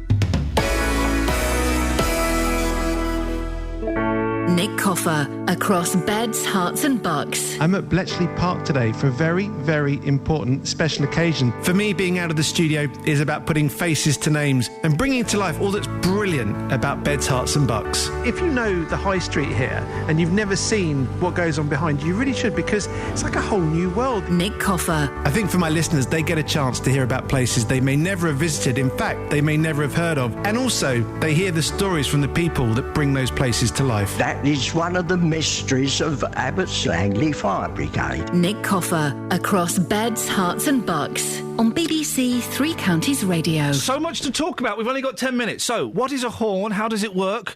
And when was the last time you bibbed your horn? Strikes, what do you think about them?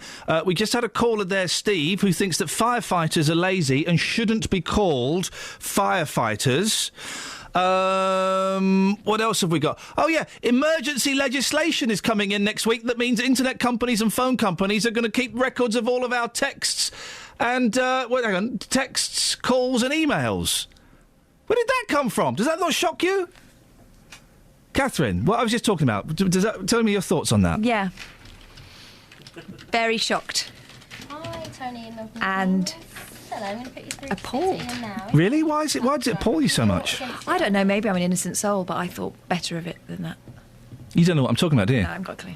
Emergency legislation will be introduced in the House of Commons next week, which forces phone and internet companies to keep records of their customers' calls, texts and emails. No, that's, Alan Border.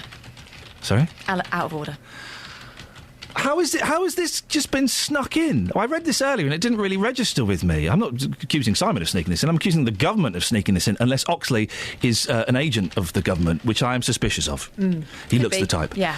Matt, you're still loitering. Let's might as well get some money's worth out of you. What are your thoughts on this? No, I was going to say what Catherine said, not because I'm just repeating what she said, but I think this is shocking and appalling. And what is the purpose of them keeping our calls? What are they going to do with it? Security. And they're not going to be reading yours. They're not going to be reading mine. They might read some of mine. They're definitely going to be interested in dealies. But mostly it's about terrorism, surely. Yeah, but... And protecting people from phone bullies, like children from phone bullies. I thought there was a discussion about this was going to take place, but there's emergency legislation next week. Some of our listeners need to worry as well, the things we get sent. Yeah, tell me about it. 08459 455 555 and the strikes. Right, I've got lots of calls to get through. Let's get through as many as we can. Bob's in Bletchley. Morning, Bob. Morning, Nick. Sorry? Morning, Nick. Nick who? Are you Nick or who are you? Hello, Bob, I'm Ian. You're Ian? Oh, sorry, Ian. That's all right, Tony. But I had to ring up. Yes? To have a go at that guy who's complaining about the fire brigade. That was Steve, who said firefighters shouldn't be called firefighters because, really, they only do it 0.1% of the time. Excuse me, I am retired from the firefighters at the moment. I have my pension, which is very nice. But I had to go on a red alert in Stevenage to a block of flats. I lost two of my firefighters. Now get the guy back and say that. Well, I lost two of my firefighters. And that must have been very traumatic for you, Bob. To this day, I can still remember it. How does that affect a team when something as horrific as that happens? Well, what do you think? What do you think? I don't know. I've never been in that situation, thank God. When you lose two of your team in a firefight, it's traumatic. So when you hear people like Steve saying that firefighters, really, they should be called waiterers, well, because... I can't put words together what I would like to call him. Bob, I appreciate you sharing your story with me this morning. Thank you. OK. Thank you very much. Tony's in Milton Keynes. Good morning, Tony. Morning, Ian. Tony, what would you like to say? If it's OK for the government to fine parents or even put them in prison if they fail to notify or get permission to take their children away on holiday outside of the school term, how come the teachers striking aren't going to be facing the same punishment? Well, they won't be being paid, will they? Yeah, it doesn't matter. Doesn't matter. They should still be fined for non-authorisation. So, Tony, can I assume that you are against the strike? Absolutely. Stay there, because Pat's in Houghton Regis. Pat, you're for the strikes, is that right? Yeah, message for Steve. When you listen to Bob, that's the real world. And I hope he listened to Bob as well. I hope he listened as well. It was a very powerful call. And when people go on strike, they go on strike because they're having their pay eroded or their pensions eroded, and they have every right in this democratic society to exercise that right. And if more people did that, then they wouldn't be whinging about how their pay's gone down 30%. Or they can get a job somewhere else. That's all you get whingers against a strike. Oh, well, I've got a job. They should be pleased they've got a job. No. Pat, in the 70s and in the 80s, with wages, people fought for them in the unions, and now all that we fought for in the 70s and the 80s has been eroded. Pat, let Tony come back. Tony, what's your reaction to what Pat's saying? Quite often the reason why their parents take their kids on holiday outside of school time is because they can't afford to pay the prices for school holiday time. But Tony, is your only objection to the strikes the fact that parents are fined because if they take their kids out of school? No, I just think it's unequal equivalent justice, if you like. They can just do it on a whim, do it on their own thing, when poor parents out there take their kids away just to try and save a bob or two because they can't afford it, and yet these people are getting a damn sight more money than most of them are. Pat, it's unfair, and they're doing it on a whim. Well, why don't mothers stand up to it and parents stand up to the government then? It's the government who caused that problem. So why aren't they sort of saying, well, we're going on holiday whether you like it or not, en masse? I mean, it's the only way you can serve it to them. Yeah, prisons would be full up then, wouldn't they? And everybody would be being fined. That's not the real world. They won't be full up at all because they won't be putting parents in prison at all. It won't happen. Yeah, you're another socialist with a blinded mind, aren't you, like everybody else is? No, actually, I'm a realist. Yeah, but you can still be a socialist. You're living in a different world to me. You're probably just dreaming about things. But in a real society, you have to fight for what you want in life. If you don't fight for it, there's people in the government that are laughing at people like you not fighting for it. Well, are you fighting for getting richer? Are you fighting for the parents then not to be fined? I would do, yeah. Well, I've been a fighter all my life. Yeah, we'll do it now then. You're saying so big about fighting for it. You stand up for them. Go on. So where are the parents then? Are they standing up? No, you fight for them. No, hang on. Are you standing up for these people? Are you going to fight alongside me then? Yeah, of course I am. I'm talking about it now. Pat, Tony, there's a natural break there, which is great because we're running out of time. I appreciate. But why didn't you call an hour and a half ago, you two gentlemen? For goodness sakes, we could have had so much more time with that. Tony Milton Keynes, Pat and Houghton Regis, thank you very much indeed. It's a nice little tip if you want to come on the show and you've got a point that you think might be slightly inflammatory, or you just phone up earlier. We could have got an hour and a half out of that. By the way, John, thank you. John has sent me a picture of a car horn. It has got like a little kind of speaker shape at the end of it. And a battery. Travel news for beds, cards and bugs. BBC Three Counties Radio. Taking a look in Roxland's queuing at the moment on the Great North Road, heading southbound, approaching the Black Cat roundabout where those roadworks are taking place. Rather slow moving on the North Orbital Road at the moment, and taking a look in Bricket Wood, looking slow at the moment on the North Orbital Road, just at junction 21A at the M25. Queuing on the M25 anti-clockwise at the moment between junction 19 at Watford and 16 the M40, and delays on First Capital Connect between Luton and St Pancras. Nicola Richards, BBC Three Counties Radio. Nicola, thank you very much indeed. Hey, some cracking calls this morning. Thank you very much. Makes my job easier and more interesting. We're about to record the podcast links for tomorrow's podcast. No doubt it'll mainly feature us bullying Matt Lockwood. David's up next. We're back tomorrow at 6. Until then, from us, ta-ta. Local and vocal across beds, hearts and bucks. This is BBC Three Counties Radio. Thank you, Iain Lee. Back tomorrow morning, as he said. Good morning, it's the JVS Show. I'm David Preery for Jonathan Vernon-Smith. Coming up, as Iain's been discussing all morning, strikes are taking place, strike action across the